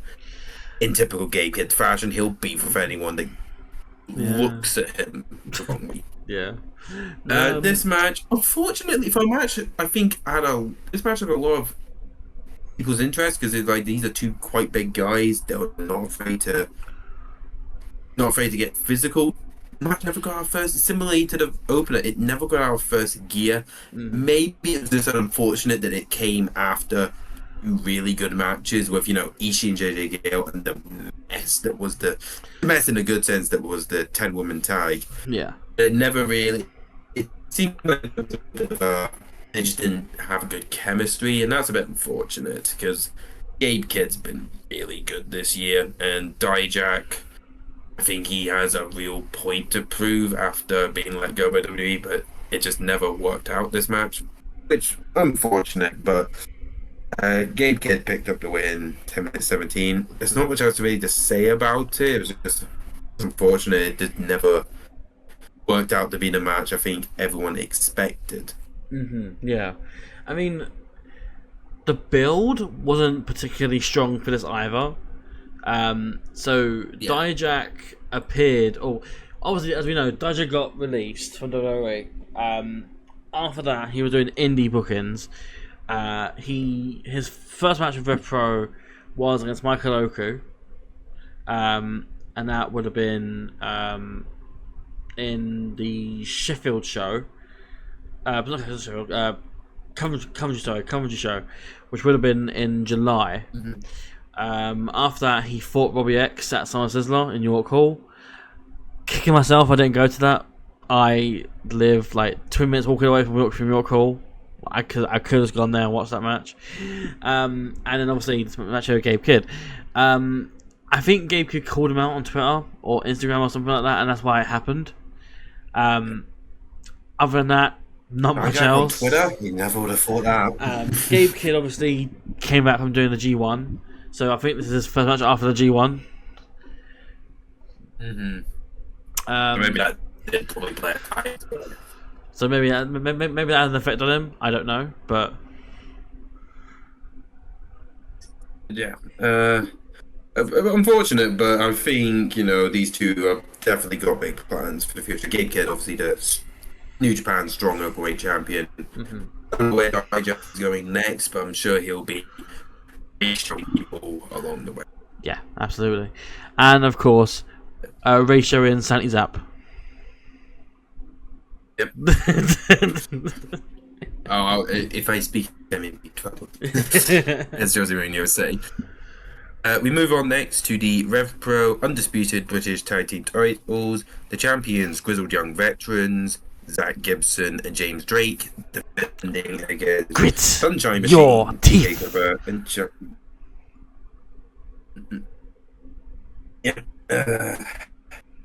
A bit more of a build for this one. Well, the whole story has been Grizzled Young Vets won the tag titles, and their first defense was against Sunshine Machine. Yes. And they would. I don't know if they Grizzled Young Veterans mainly won. And following that match, Sunshine Machine had a bit of a downturn. They seemed to be doubting themselves, and that peaked when they lost the tag match to Michael Oku and Josiah. Yeah. Josiah and TK said, the next time we lose a tag match, Sunshine Machine is done as a tag team. Yeah. And But since then, they've managed... only in Rev Pro. That was the that was the key thing. Is if they lost another tag match, they would disband in Rev Pro. Yes, if they lost another match in Rev Pro, they would disband in Rev Pro, because I know they lost it right. Exactly, yes. But yes, specifically in the realm of Rev, in the realm of Rev Pro, if they lost another match, they would tag team. And since then, they've been picking up wins again, getting momentum. As you said, they won a 4-way contendership match at the last show, some Sizzler to earn their shot. And yeah, this was a very good match. No surprise there, because young veterans, very good tag team, and we know what Sunshine Machine bring to the table. And it would not be the end of Sunshine Machine, as they would defeat Grizzled Young Veterans in 12 minutes and 15 seconds. Though, I will say, there was a spot where it looked like Grizzled Young Veterans had Mambo beaten down. Deeks was about to come back in, stopped. It looked like he was going to leave Mambo to the Wolves, and a lot of fans were buying it. Even I bought it. I thought, oh my god, it is the actual end of Sunshine Machine and Rev Pro. Nope, it was not, but it was not, and he stopped them from hitting their finisher and would help Mambo pick up the win and become 2-time Rev Pro tag team champs. Mm-hmm. I could tell by your disappointment you were kind of hoping for something new.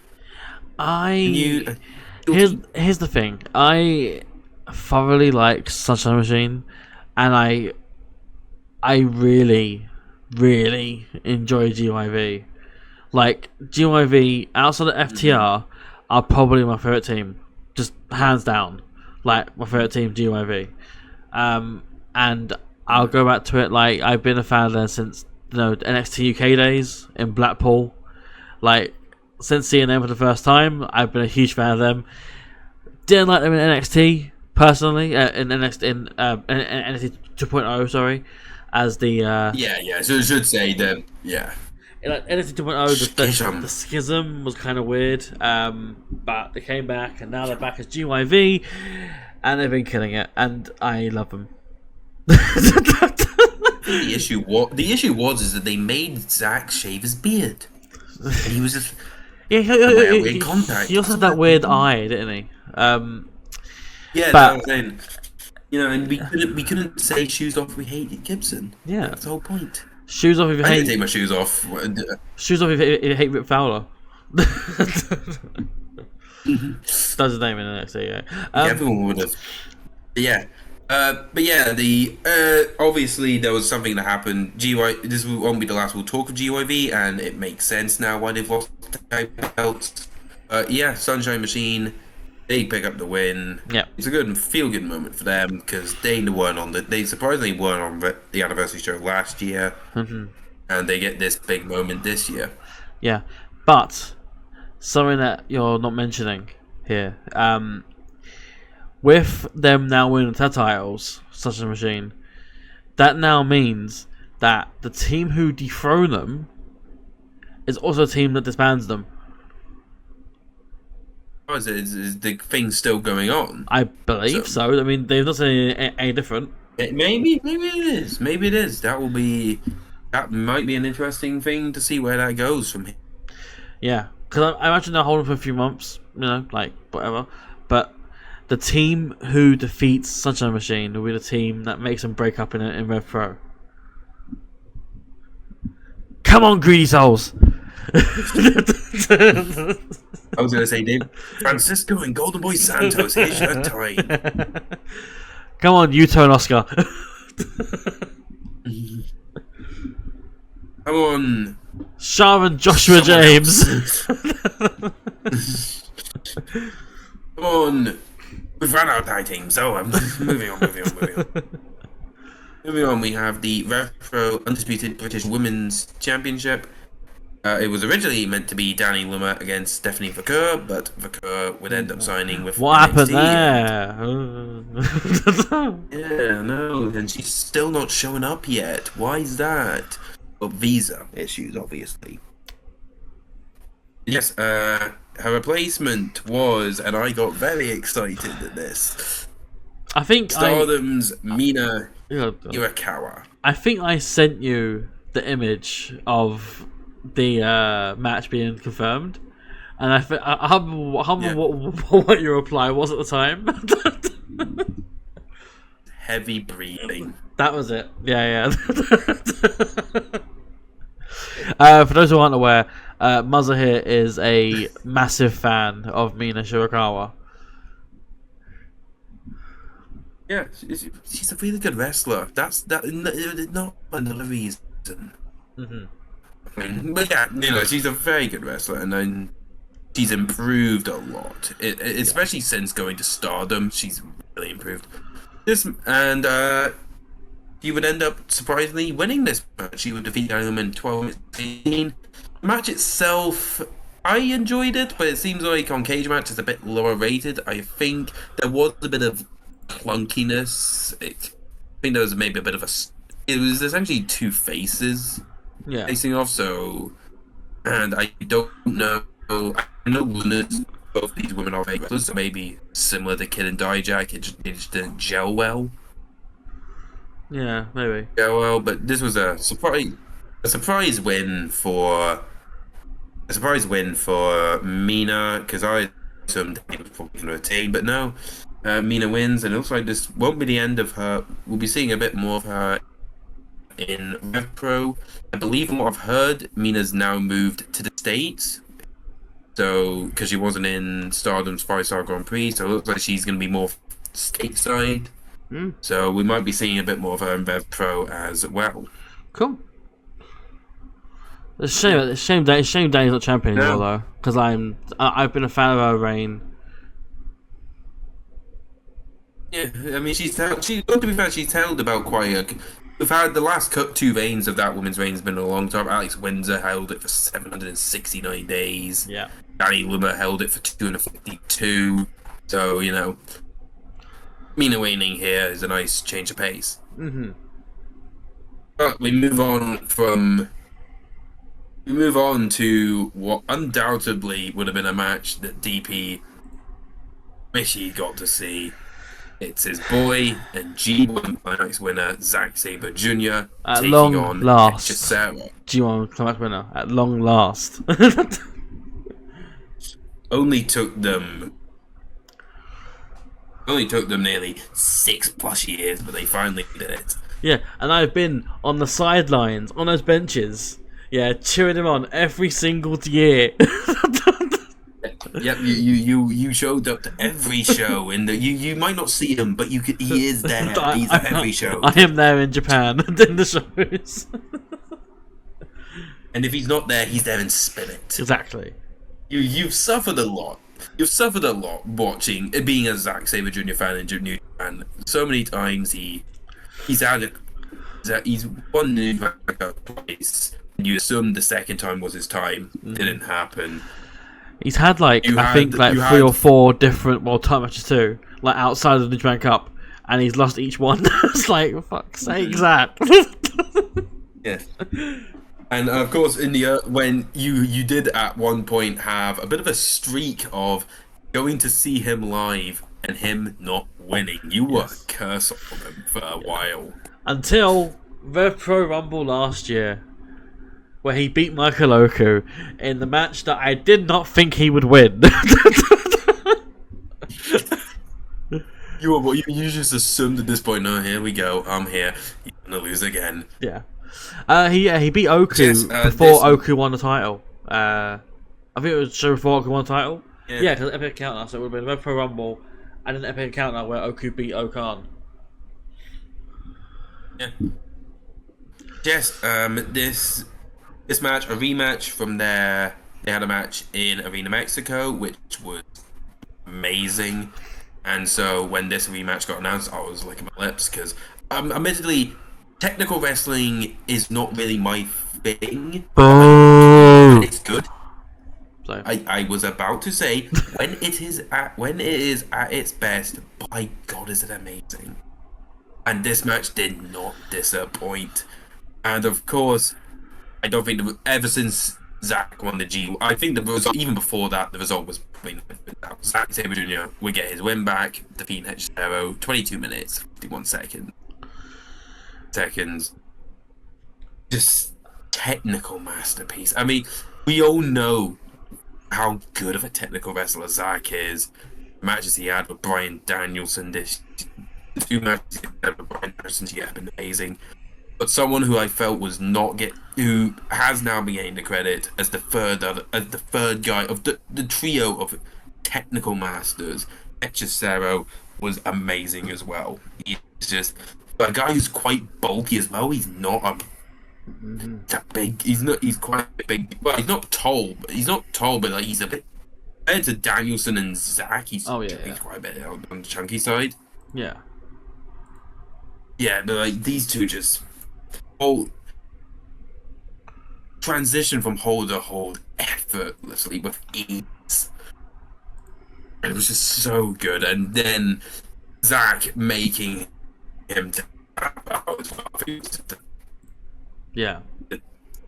Cherry on top. I think if there's a match, I think you're gonna go out of your way to try and find and watch. I assume it's gonna be this. It is gonna be this. Like, I've seen the Mexico match, the Hechicero one. I thoroughly enjoyed that. Not the result so much, but I thoroughly enjoyed it. This you take your Zack Sabre Jr. matches seriously, of course. Why wouldn't I? But if there's any match here that I am jealous that I'm bitter, that I did not see live, it is this one. It is Sabre Jr. Hechicero. It's just you know me. Technical wrestling is my bread and butter. I fucking love it. It's the best genre of wrestling, and I live and die by that opinion. Like, like I said, it's not my. I have stronger preferences, but I know for a fact when technical wrestling is good. Oh God, it's brilliant. Yeah. And yeah, these two just. I think they both said that, and they said post match. They both said, "Oh, we're 1-1 now. After they get a third, if Mexico, they've got in Britain. We're gonna need a third place now." So they're doing the third round at my house. Funny, you said that about Bryan Danielson and Zack Sabre Jr., but yes, well, specifically your house, and only you can watch it. Yes. They do it on the wooden floorboard. The wooden floorboard of your room. It's just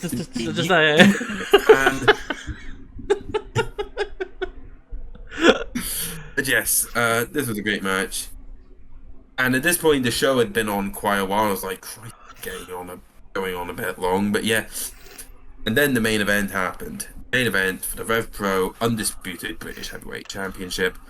Champion Michael Oku defends against Luke Jacobs. Yes. Big match feel. These are arguably of the current crop of non-signed, well, for now, non-signed to a big company British wrestlers. These two are arguably the cream of the crop. Yeah, that's fair. Yeah. Luke Jacobs. So Luke Jacobs won. I first saw him last. That's what I was saying. I was gonna say that he won the Rev Pro Rumble in this year, Yeah. and that's why he got this shot 5 months later. He stated his claim saying, "I'm getting this match main event of Copper Box." Yeah. 5 months ago. Yes. He knew this was going to be the main event. One night, I was a bit worried on would this match deliver, because I know they're both good. Jacobs had a banger match with Ishii. I know he's good. Yeah. Oku, I've not really outside Oku. I know he can at times have a bit of he has a split almost. But I will say this match did not disappoint. and we would get new a new undisputed heavyweight champion, Luke Jacobs, defeating Oku, 33 minutes and 54 seconds. Went quite long, but honestly, I think it deserved its time. It was very, very good. And of course, with that, Jacobs is the first ever simultaneous holder of the Rev Pro World title and the Progress World title. Yeah, it was something I brought up. I think as I asked you, has that ever happened before? And then I think you've looked at it. It hasn't. No, it has not happened ever.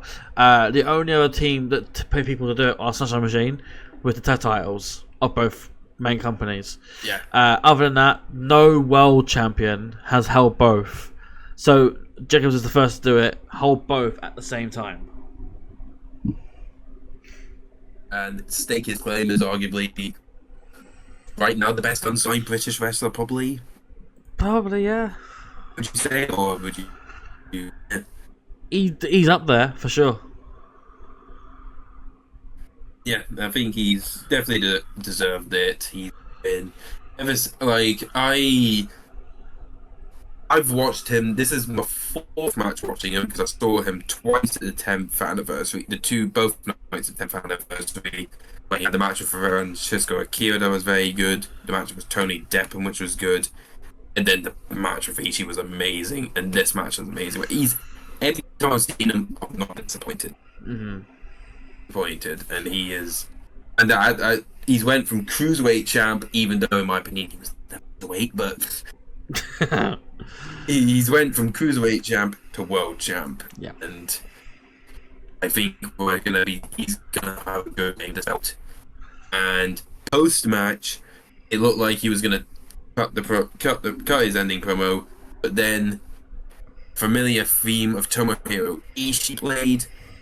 For those, as we mentioned, Ishii bet Luke Jacobs last year at the anniversary show and bet him in the rematch. So Ishii's 2-0 against him. So logically, he believes he's next in line, and rightfully so. So we're gonna get a 3rd match. Don't know where. I like to think we're maybe gonna get it at Real Quest. Mm-hmm. Maybe. Maybe. I think that's a big stage for it. Yeah, it could be that. I think it could be the night before. I think at Rev Pro Global Wars, because that's their first time bringing it back in a few years. So I think Global Wars, the title of it, England v Japan. That's a Global War, isn't it? So yeah. I think that could be where they do it in Doncaster. I think you've already got your tickets for that show. I do, and I don't know if I'm going yet because I've got to arrange a hotel and a train and stuff. Gotta figure out how to get to Doncaster. Google, where the hell is Doncaster? It's like somewhere. I say up north. Everyone's up north for London, but like it's like central England. Like it's near the Midlands. Mm-hmm.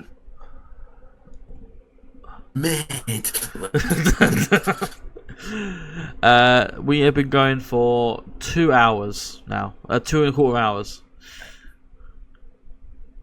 We went a lot longer than we thought. Yes. And our loving of talking. Yes. But yes, we will now move on to the final show we'll talk about, finally.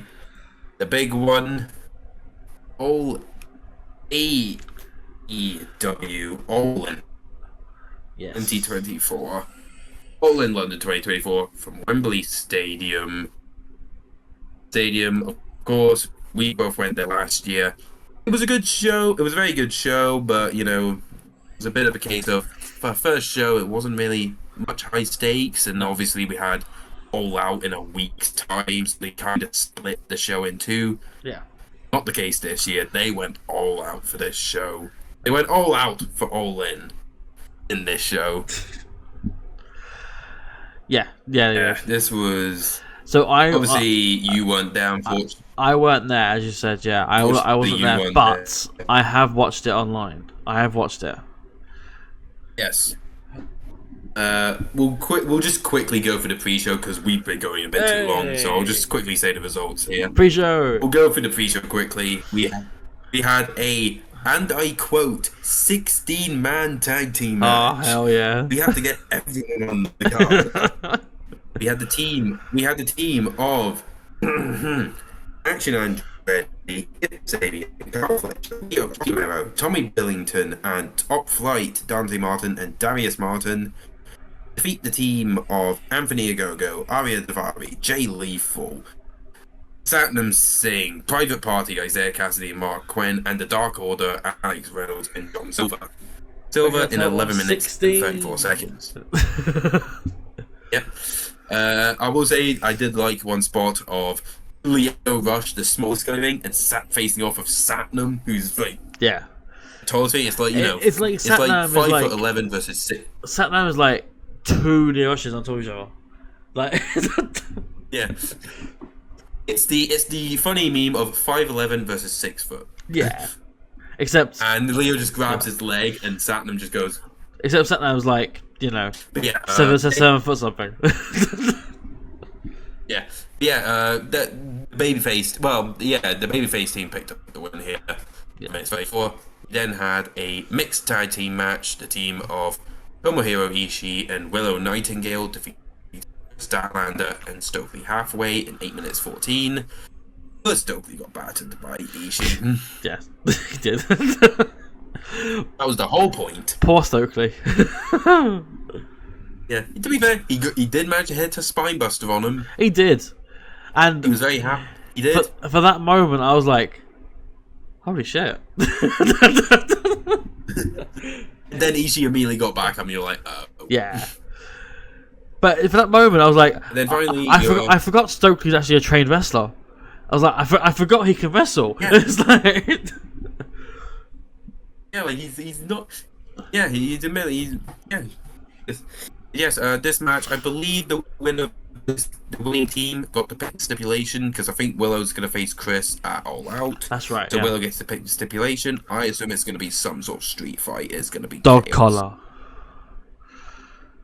Ooh. Settle this blood feud at All Out. And then we had our pre-show main event. A 10-man tag match. We just keep getting. Let's count it down. As many A's. We had Dustin Rhodes, Katsuya Shibata, Sammy Guevara, and the Von Erichs, Marshall and Ross, with Kevin Von Erich ringside. Defeat Cage of Agony, Bishop Khan, Brian Cage, and Toro Leona. Undisputed Kingdom of Matt Taven and Mike Bennett. Total of 10. That's 10. Yeah. The team Dustin, team Texas and Katsuya Shibata won in 13:08. Yeah. It's 4 Texan boys, and then there's Shibata, who may as well be an adoptive Texan. Yeah. He's taken the Iron Claw. 5 Texan boys and the Von Erichs. Yeah. And, a bit of a nice moment. You get to see Kevin Von Erich do the Iron Claw to Matt Taven. That's a nice spot, because, Kevin's probably had, considering the family tragedy with the Von Erichs, it was just a nice moment. Yeah. Him getting to do the Iron Claw in a very big crowd.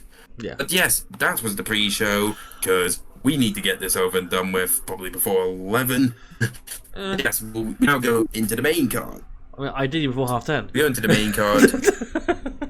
Yeah, I did. Well, I don't know if we'll be that quick, but yes, we have start off with the AEW World Trios titles London ladder match.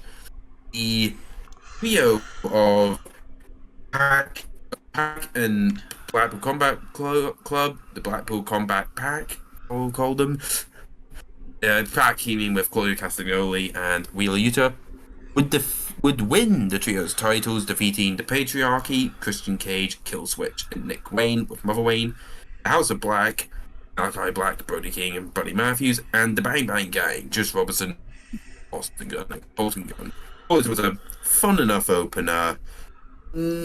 Couple of dudes. Like, it's a ladder match. It's gonna be chaotic. Some really crazy bumps. Crazy bumps. And yeah, Pac gets his home country match and wins the trios titles. I thought it was. I thought it was a very big match. I think I can now ask you how you feel about these matches. Did you watch them? Yeah. So this was a very good ladder match. I'm not sure why it's a London ladder match and what makes it different from a standard ladder match. But I was in London, obviously. of course, yeah. But like, what about all the other times? Like doing a match in London. Yeah. Maybe the ladders were made in London. Maybe they were. But no, I enjoyed this. For some reason I didn't think they were going to put it on the BCC and Pac. I don't know why. I just thought Patriarchy were retaining here, and it was a nice surprise to see it and see Pac get his moment. Honestly. Yeah, it was very nice. And we found out recently today the original plan was for Death Triangle to win it, but of course it looks like the Lucha Bros are off to WWE, so they went, well, if you're leaving, we're not giving you the belt. Out you go, Claudio Wheeler. Here you go.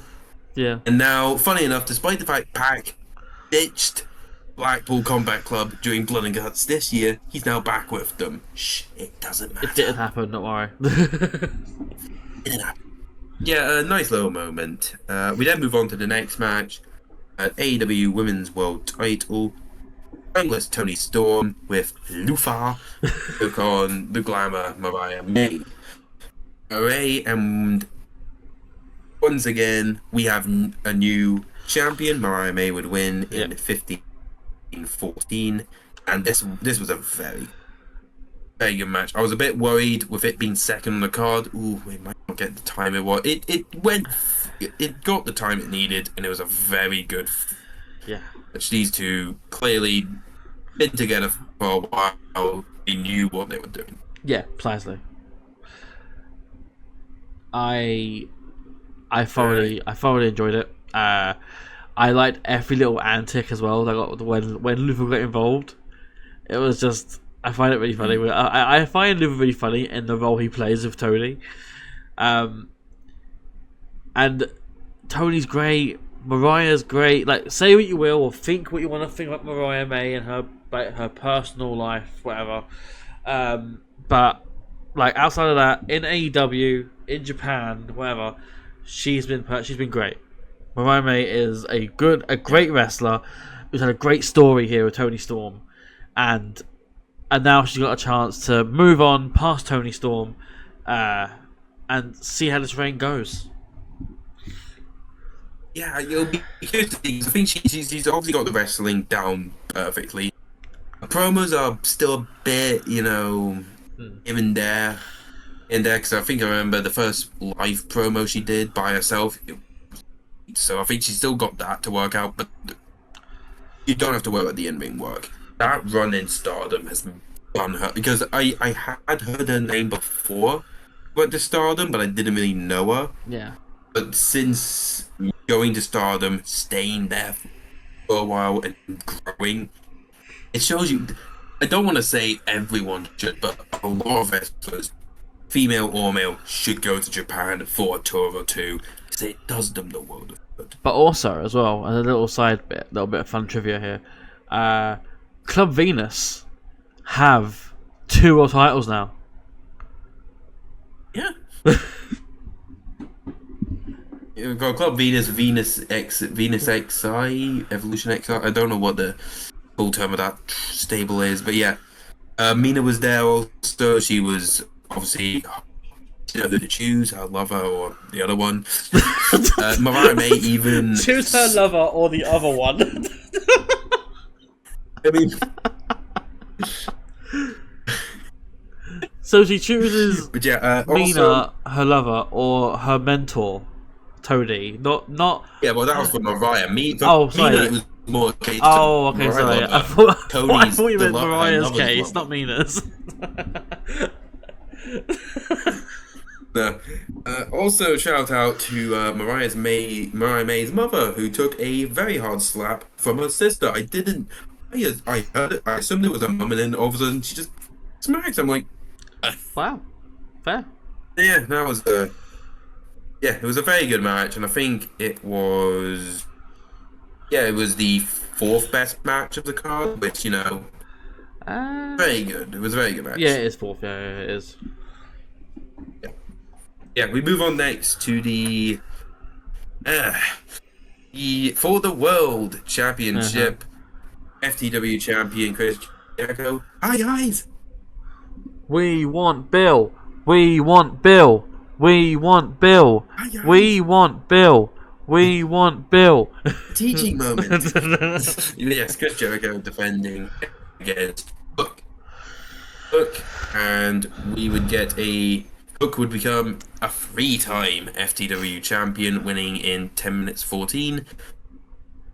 Not much to say about the match, really. It was a FTW rules, no DQ, sort of plunder brawl. Jericho can still be good, but Hook, I don't know what it is. How long has he been wrestling now? What, It's been 2-3 years? About, I feel like he's 2-3 years. Yeah, he's not really improving. Like because I think he's in the same position he was last year. he's quite literally fighting for the same title he's been fighting for since then. Like it's a case of he needs to stop trying to be his dad. He needs to find his own style. No, I don't think it's that. It's more the fact that he's not really improved. He needs one of two things. He either needs to find a tag team and, be able to learn off that. Well, we had one, didn't we, with Samoa Joe? Or maybe to Japan, as I said. And it's a shame because I remember I was really liking the idea of Jungle Hook, him and Jungle Boy Jack Perry, but then that split off and never happened. But yeah, it's weird. I think a nice moment, and the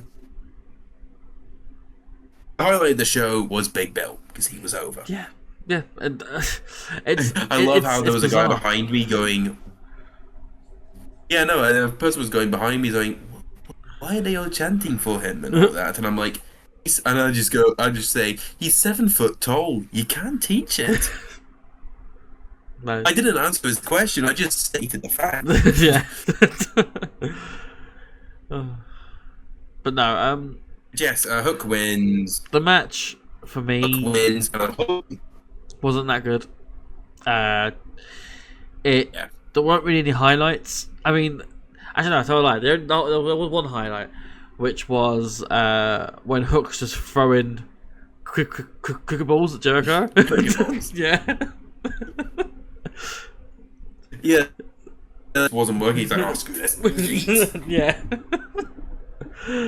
And I don't know if you've ever been hit with a cricket ball before, but no, they I are have. hard balls. I remember I was in secondary school in a PE lesson. We were doing cricket. The teacher stepped in for one of the bat ends. I was outfield, and he shoots it, and it hits me right in the leg. My skin turned. I assume it was just a case of more or less. My skin turned white.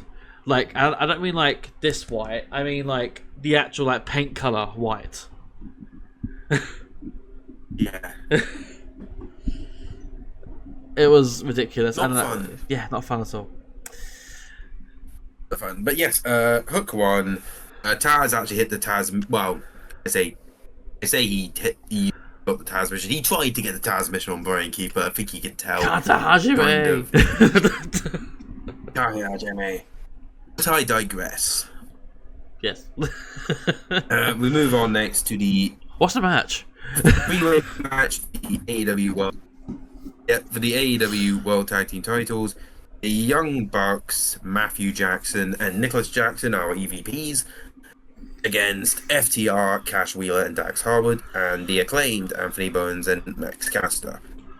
But a feud that has kind of been a bit, but the build is more around FTR and the Acclaimed, and the Bucks are just there. Yeah, I mean, And that's the the Bucks, unfortunate. they're champions though. That's why, you know. Mhm. Like And FTR, the Bucks would retain. yeah, I was gonna say FTR sort of only serve right now to feud with the Bucks, and it's really weird. Mhm.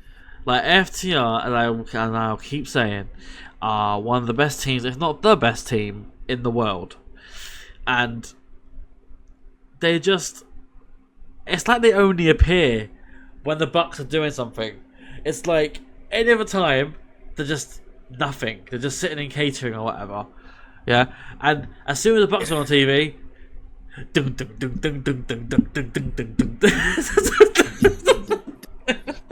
Yeah, man, it was just it's a shame really. 'Cause the start of the tag division was the best tag division around, but in recent years, it's just kind of, it's just, It's it's like they haven't it's stagnated. evolved.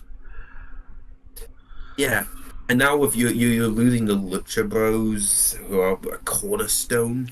Yeah, It's really, it's almost kind of like one they brought in the trios titles as well. It sort of split the tag division in two. yeah. Goes Almost. to show you that trio And now it's titles like, just ruin divisions. no, and to be fair, the trios titles are usually. I miss the days of the Elite versus Death Triangle. People complained about that best of 7 series. You're in the wrong. How do you feel now? Ladder de la Muerte. Yeah. Yes, Young Bucks would win, and post match, make their debut. Instead, on the Young Bucks, but actually beat down FTR. So I don't know if FTR, if Young Bucks are officially now signed with AEW or not. They looks like they might be. It looks like that's going to be their first feud. They put out a tweet after the show that said something like bet on yourself or take a chance on yourself, something like that. So while Tony Khan's not actually announced anything, I think it's a case of they've got like an unsigned agreement or like a verbal agreement or something with Tony that they'll appear for X amount of shows or whatever. But honestly, like, sign me up. Like, Tony, fucking get these guys on your roster.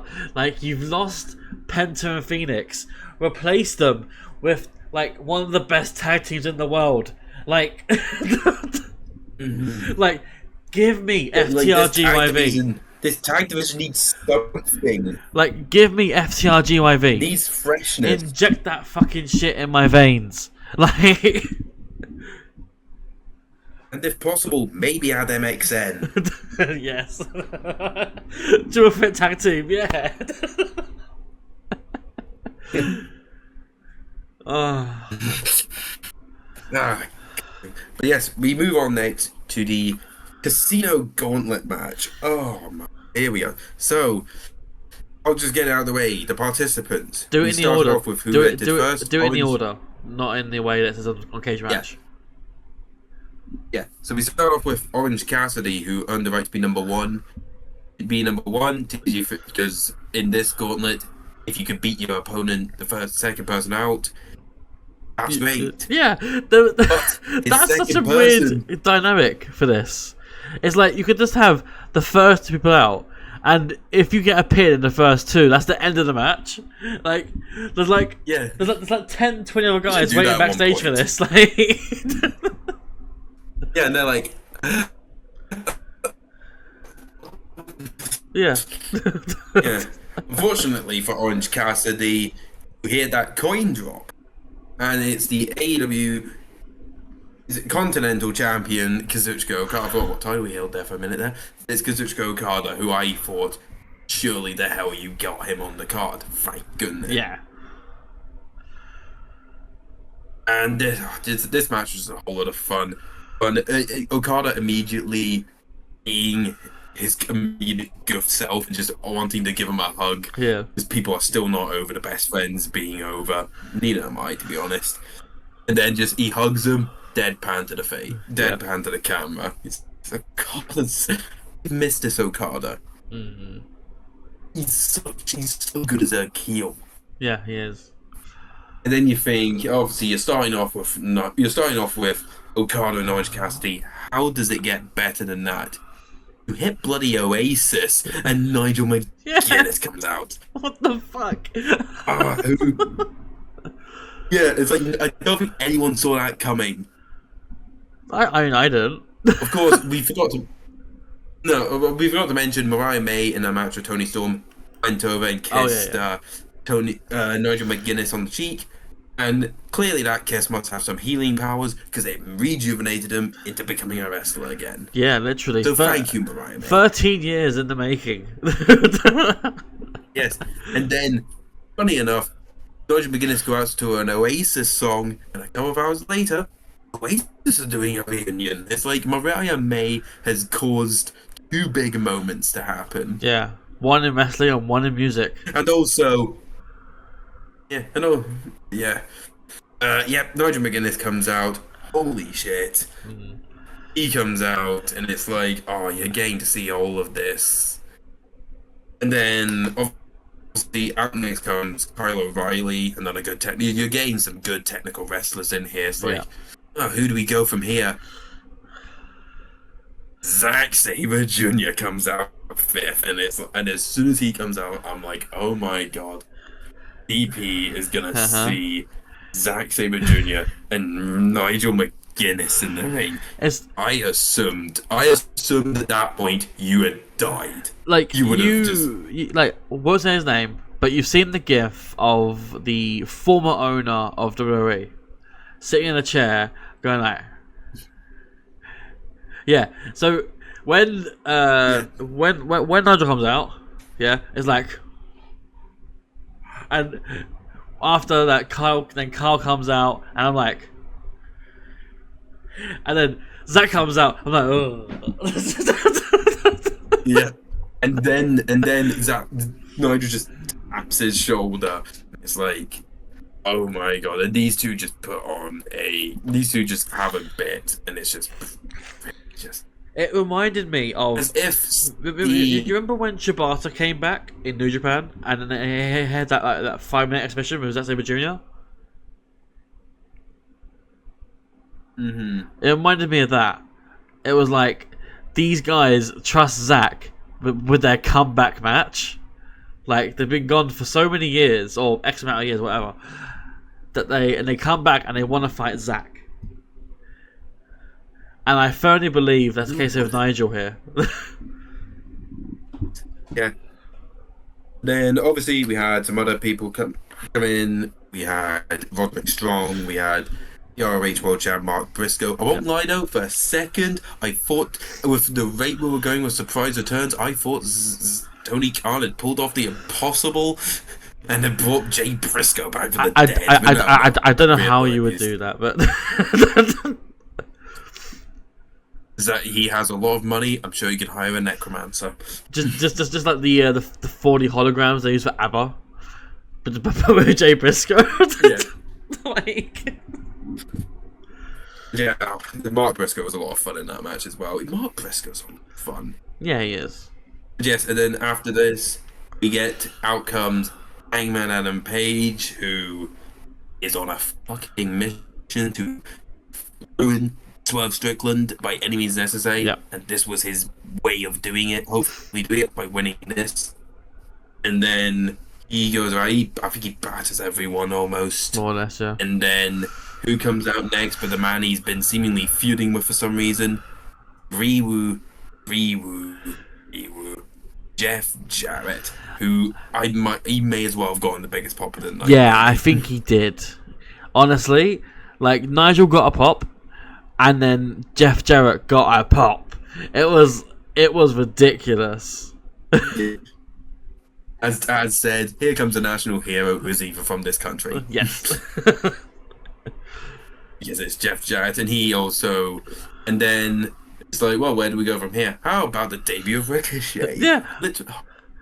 This match is brilliant. It's not like it's like a rumble, but it's like you don't know how many people you're gonna get. Yeah, I remember I watched it online, right, and obviously I knew, but part of me thought, because on the screen you see an R on the stage, right? And part of me, and I thought there was no way, right? But a part of me just thought, what if that R became like a 6-letter word?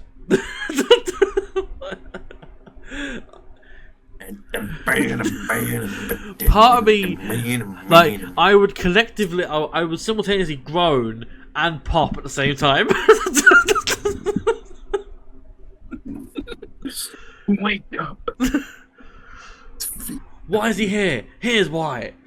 Oh my god, Ryback and Simon Miller's a tag team would be the most boldest tag team to exist. Yeah, it'd be very, very bold. But yes, we need to get on quicker to do this. So yes, Ricochet comes out, he gets a good pop, he does some good spots.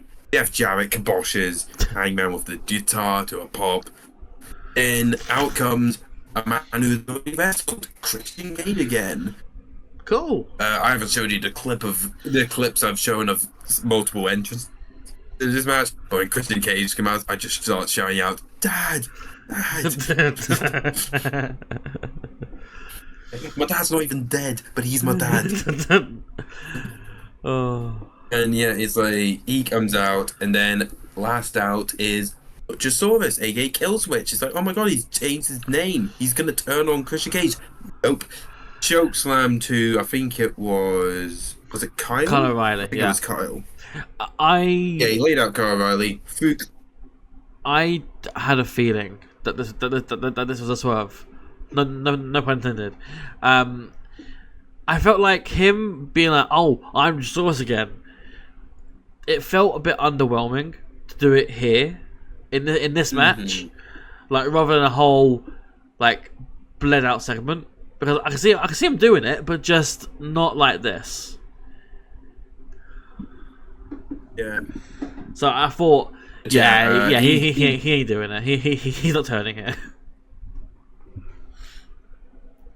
But yes, he picked up. Yes, Killswitch, chokeslam to Roddy, puts him on the. Throws Christian Cage Goblin and helps Christian Cage win, which was a result. I don't think any of us saw it coming. Nope. Coming because we all probably all assumed Hangman was going to win. Yep. But yeah, Christian Cage picked up the win. I can't complain too much. Who doesn't like Christian Cage? Whose sole purpose now is just to feud with anyone who doesn't have a dad. Yeah. So therefore, I am next in line for the feud with Christian Cage. Exactly. Yes. We know. Anyway, we've talked about the casino going on long enough, but I hope they keep doing it. It's very good. But I want them next to do one for the women. Like, there's enough women. You can do it with women. Like.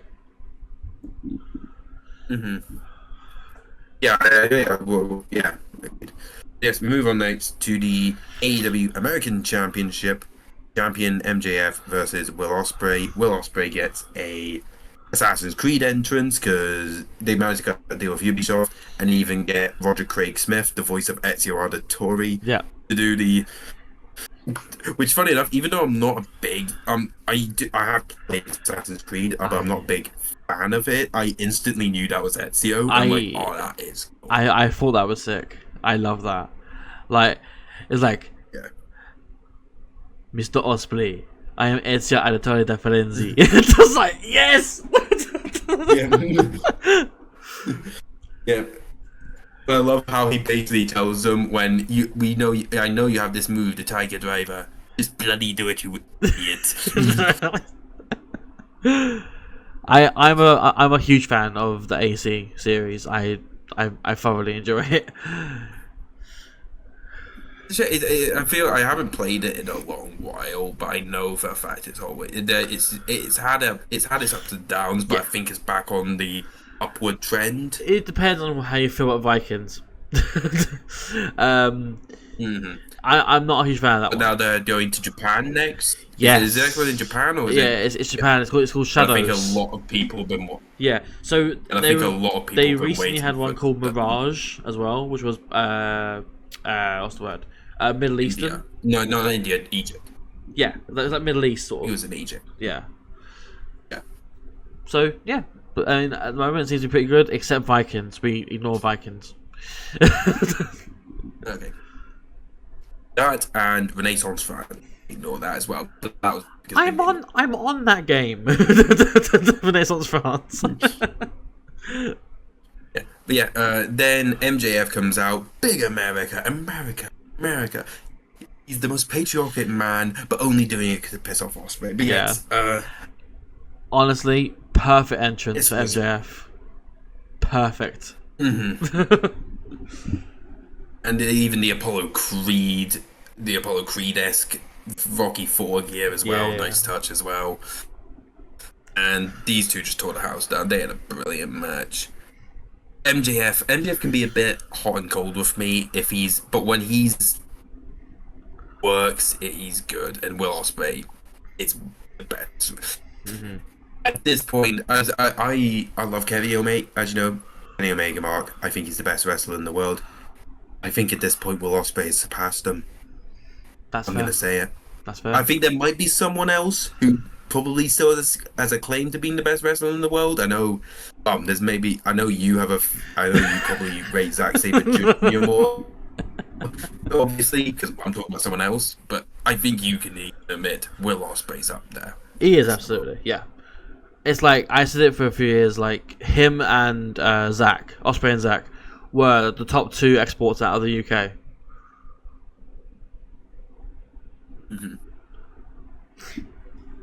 And include them like in like contenders for like best wrestler in the world. You got them two. You got Bryan.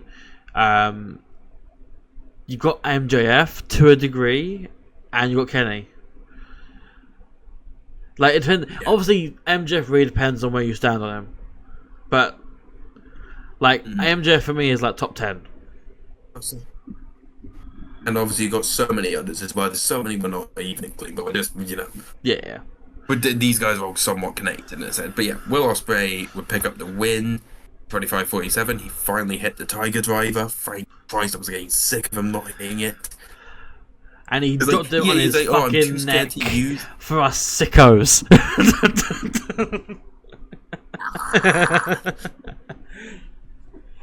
Yes, and then also Daniel Garcia came out and stopped MJF from cheating. That was a nice thing because MJF took him out a month ago. And I see, because apparently, from what I know, Daniel Garcia still hasn't re-signed yet. But I think that if he's showing back on TV, I think you'd hope so. That he probably will. Yeah. Then again, it could be won the American. Stephanie McKeer. Yeah. Will Ospreay wins, and he ditches the American title and brings it back to being the international title. Yeah, it should have been. Yeah, very good match. Very good. Move on to very good match. We then move on to, and here we go, AEW TBS Championship. Mercedes Moné with Camille.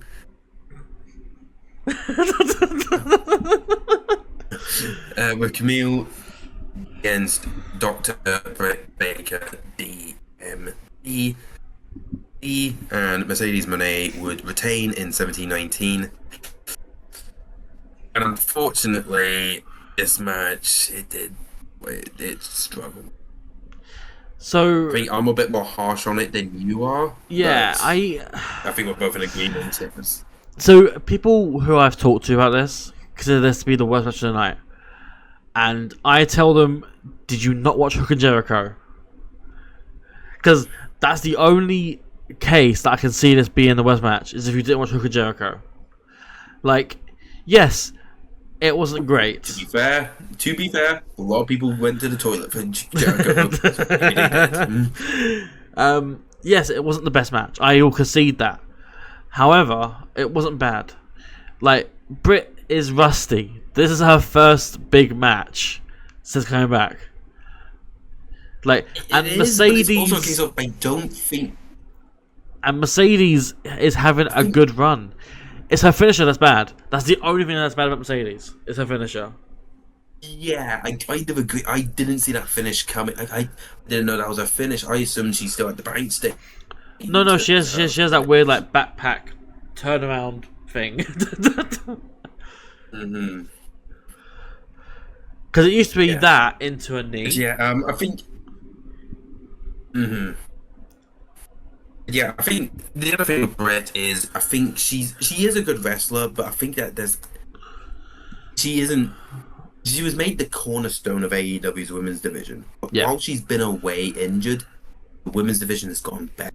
The booking has changed. The women's division is in a lot better place than it was a year or two ago. Mm-hmm. True. A year or two ago, and the women have gotten better over the years, while Britt has kind of just stayed the same. Yeah. And I hate to say it. I know she was. I know she was injured and just out of ring, so ring rust probably did play a factor into it. Mm-hmm. But I don't know what it is. She needs. I think she does need. I will say. I don't think she works as a baby. Even if I don't think she works as a face either. Yeah, even if she got past ring rust and she's back to her normal conditioning, whatever, this still wouldn't have been a good match. Mm-hmm. Like this. Like, I will defend this match because I don't think it's as bad as others make it out to be. However, like, this is still for me one of the worst matches of the night. It's not the worst match because, again, Hook and Jericho. But it's exactly what you said though. Like, as Britt has been out injured or doing her face stuff, like, the division has evolved around her, whereas before, like, say 2 or 3 years ago, like, Britt Baker was the division. Like, even though you had champions like Hikaru Shida, like, Britt was still the face in that division. Like, she was still the one that you associate most with the division because she was there since day one. But nowadays, is like you said though, that the division has evolved past her, and like, Britt can still play a part in it, but she's not the main character anymore. Yeah. But yeah, Monet retained 17-19. Unfortunately, the match wasn't great, but I think hopefully we'll see what's next. We don't know what's next on the card for Monet, for either of them. Obviously, we didn't even mention in the pre-show, Soraya came out. Yeah. was trying to start the show, and Jamie Hayter came back. We completely forgot about that. Yep. So it looks like maybe Britt's gonna try and get back with Jamie, and maybe that's gonna be a tag feud. Maybe. Or maybe Britt takes a save for Jamie and then immediately turns on her. I think that was the feud. It could be, yeah. That was the feud I think people were looking at. Yeah, we'll see where that goes. We move on next to the AEW TNT Championship, a coffin match. My scapegoat and yours, Jack Perry against Darby Allin. Jack Perry back at the stadium. It all went where it all kicked off. A battle of the two quote unquote pillars of AEW. The other two being, of course, Guevara and MJF. Yeah. And this match, unfortunately, it seemed like it got cut of time because I believe it was when they had a 10 p.m. curfew. Yeah. Unfortunately, and you could tell they were trying to get along quickly. Like, after every match ended, you maybe got 30 seconds and then cut to segment, cut to match. And even then, they still had to cut time in some of these matches. And I think this match got affected the most. Jack Perry retained 10:37. It never really got off. It had spots, and but it was kind of like we went spot, moment to moment. It kind of, for me, it kind of felt like a bit of an extended squash. Jack Perry just dominated Darby for the most part. Darby got some hope spots, and Jack just dominated. I'm going to be honest here, and I like Jack and I like Darby, but this match did not need to happen. It was not needed at all. Like, there was hardly any. There was hardly any build for this match either. there was, I think, a week or two of build, and that was it. And then suddenly it's a coffin match. Like it. Yeah.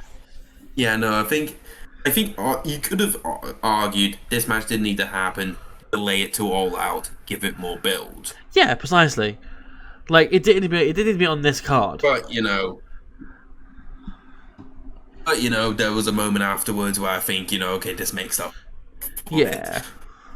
Arguably, and then so obviously Jack Perry had his body bag. He puts Darby Allin in the body bag, puts him in the coffin. Blam, done. Young Bucks come out, who are freshly shaven as well. They originally had their mustache and beards. They're tying out, and all of them clean shaven. And they come out with gasoline, and I'm like, oh dear God, they're gonna set the cask on fire. Mm-hmm.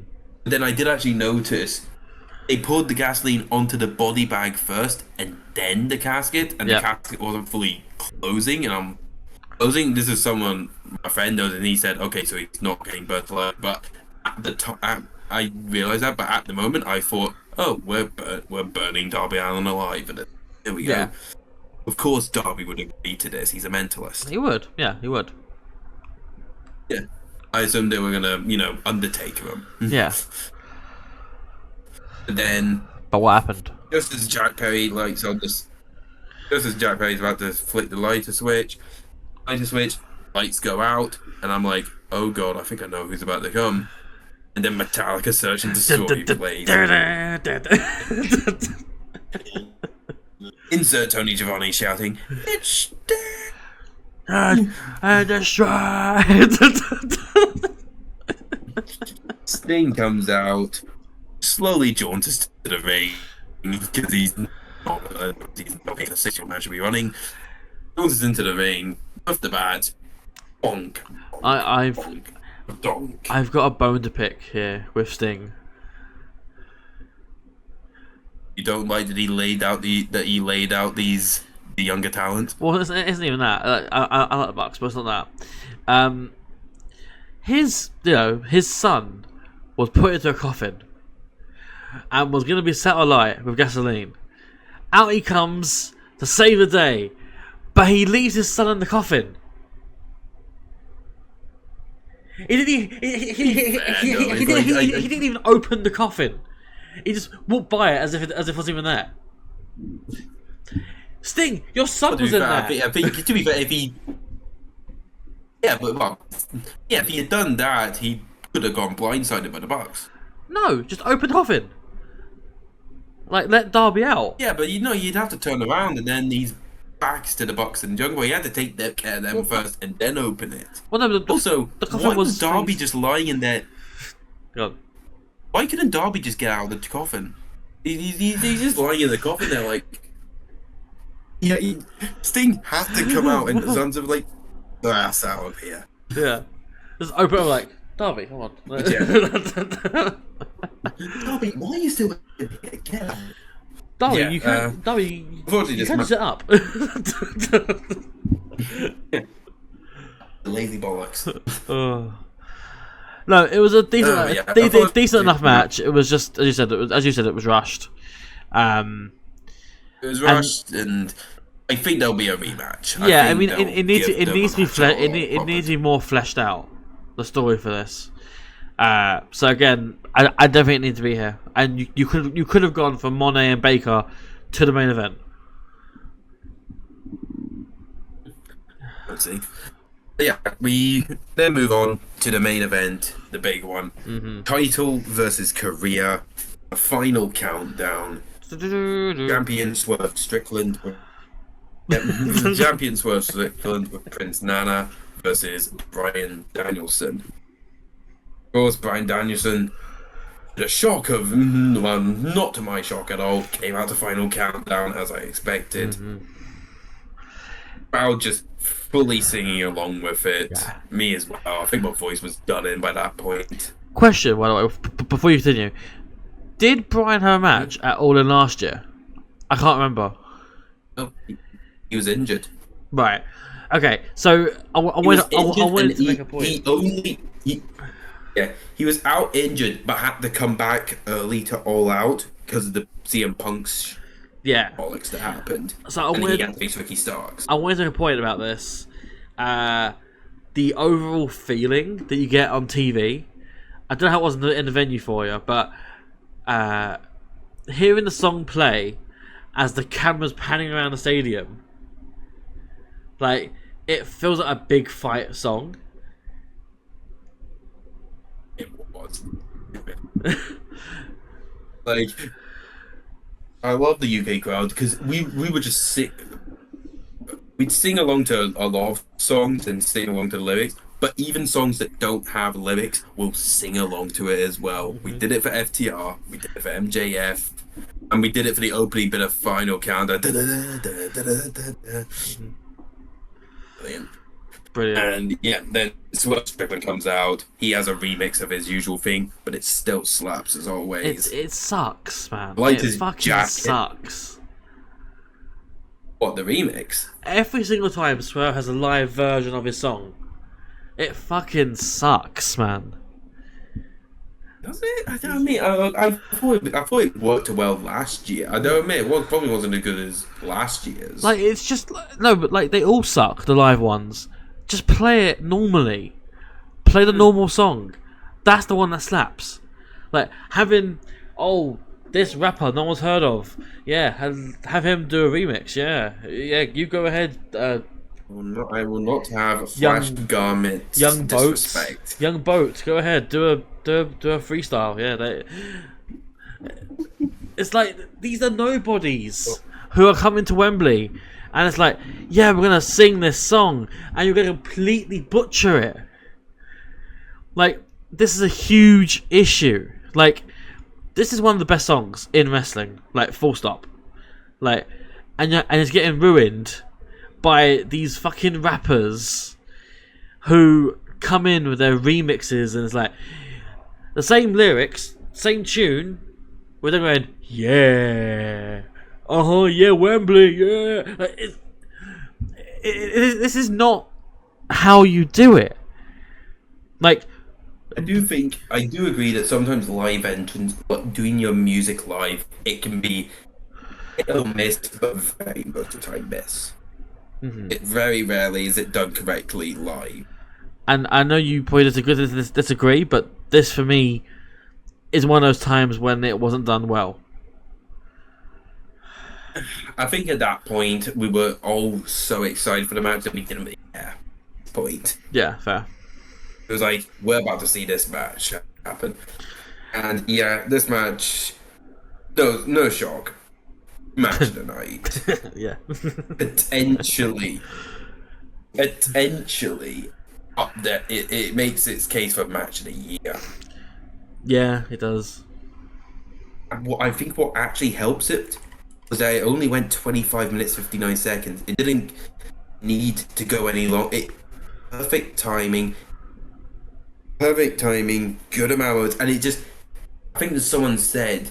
I think it was Mark Henry said, who, he said it is the best work rate. He said it was the best work rate match he has ever. One of the best work rate matches he's ever seen. Because it was just so seamlessly going from spot to spot, and I do agree with him in that case. It just worked effortlessly. Mm-hmm. There were so many good spots. Swerve Strickland stomping out Bryan Danielson in front of his wife and kids. It's just only a sicko like Bryan Danielson would say, yes, do that spot. Do it. And then you just add. Yeah, and then you just add Vince Nella at the start going in front of Brie and his kids. Like, I love Nana. I will say, like, it's one of the best matches I've seen in a long time, and I say that very, very rarely about wrestling, because I've got a lot of matches under my belt that I've watched, and it's like, I know what matches I've seen that I really enjoyed, and this is one of them. The only thing that sours it is the fucking live entrance. Oh, yeah, okay, we get it. No. But like, I'm a huge advocate for entrances and auras. I love entrances. Mm-hmm. They are part of your character, and they're part of how you establish yourself. This just didn't hit for me. But the match did. Fair enough. The match did. To clarify, the match did. The entrance did. Yeah. Well, one of the entrances did. Yeah. One. Yeah. Yeah. Yeah, you also had the spot of, Daniels, Swerve hitting the yes kicks on Danielson, and he just starts powering through, looking at his children, doing it for you. And then what my favourite spot was when Danielson finally gets back in control, it's the Psycho knee, and Swerve just... Yep. Oh my god, that... I jumped out of my... I was already standing up, and I felt like I jumped out of my seat again, despite not sitting down. Oh my god. It's like, I know a lot of people don't like no-selling, because, no-selling, especially no-selling finishers. But when it's done right, when amazing. it's done as the two warriors are coming towards the end of the battle, and it's done 22, 23 minutes in, whatever it was, like so close to the end of the match, that he still has that in his tank, and he can just shrug it off like it's nothing. It's not only that. What works is that this is the wrestler who is, if he loses, he retires. Hitting the champion with his finisher, his best shot, and the champion just rushes it off. Yeah. You just hit me with your best shot, and you couldn't put me down. What are you gonna do to beat me? Yeah. I'm retiring you. And the fact that Bryan Danielson eventually does overcome and win. And yeah, you then, of course, you have the Hangman Page comes out, he lays out a TK Cooper looking guy, and then I just want to put that spot in, and then gets carried away by security, and Hangman Page at the end of the day does cost Swerve the title as Bryan Danielson takes control, gets them in the label lock. And then I think there's a variation of the label lock where the arm's around, because he's got the arm around the back or something. And Swerve has to tap out. Well, I didn't see the finish coming at all. That finish coming that quickly, but that just adds to how good of a match it was. Like I said, it could have gone an extra. Yeah, I mean, it went from a label lock to like Swerve was almost getting out of it. So he had to prevent Swerve from getting his hand. So he grabbed his hand, literally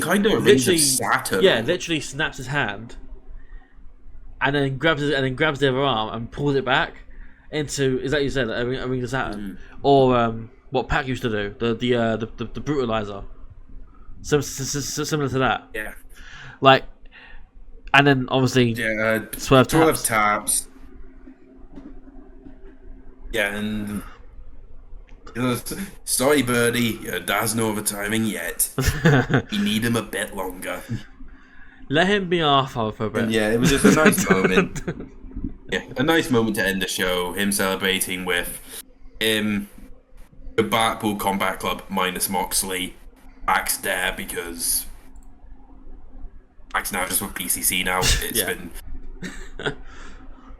And his kids. I do like the little bit where he jokingly puts his son in the Tiger Driver position, turns around and he's just like... I know you would have loved it if he did. Turn heel on his kids. If he did. Oh. People do not understand how much I would love for that to happen. Yeah. But... End the show happy. Yeah. So what was your... End the show happy, and... Yeah, I was like, what was your overall rating of the show?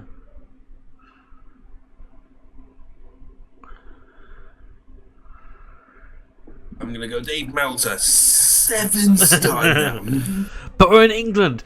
7 stars, 8 if it was in the Tokyo Dome. But no. Shit. It's even higher in the Tokyo Dome now. I give this the overall show. I don't really do it that much ratings, but I give this a full 5. This was fair. Yeah, like last year's All In was a spectacle. Was more of a spectacle. First time.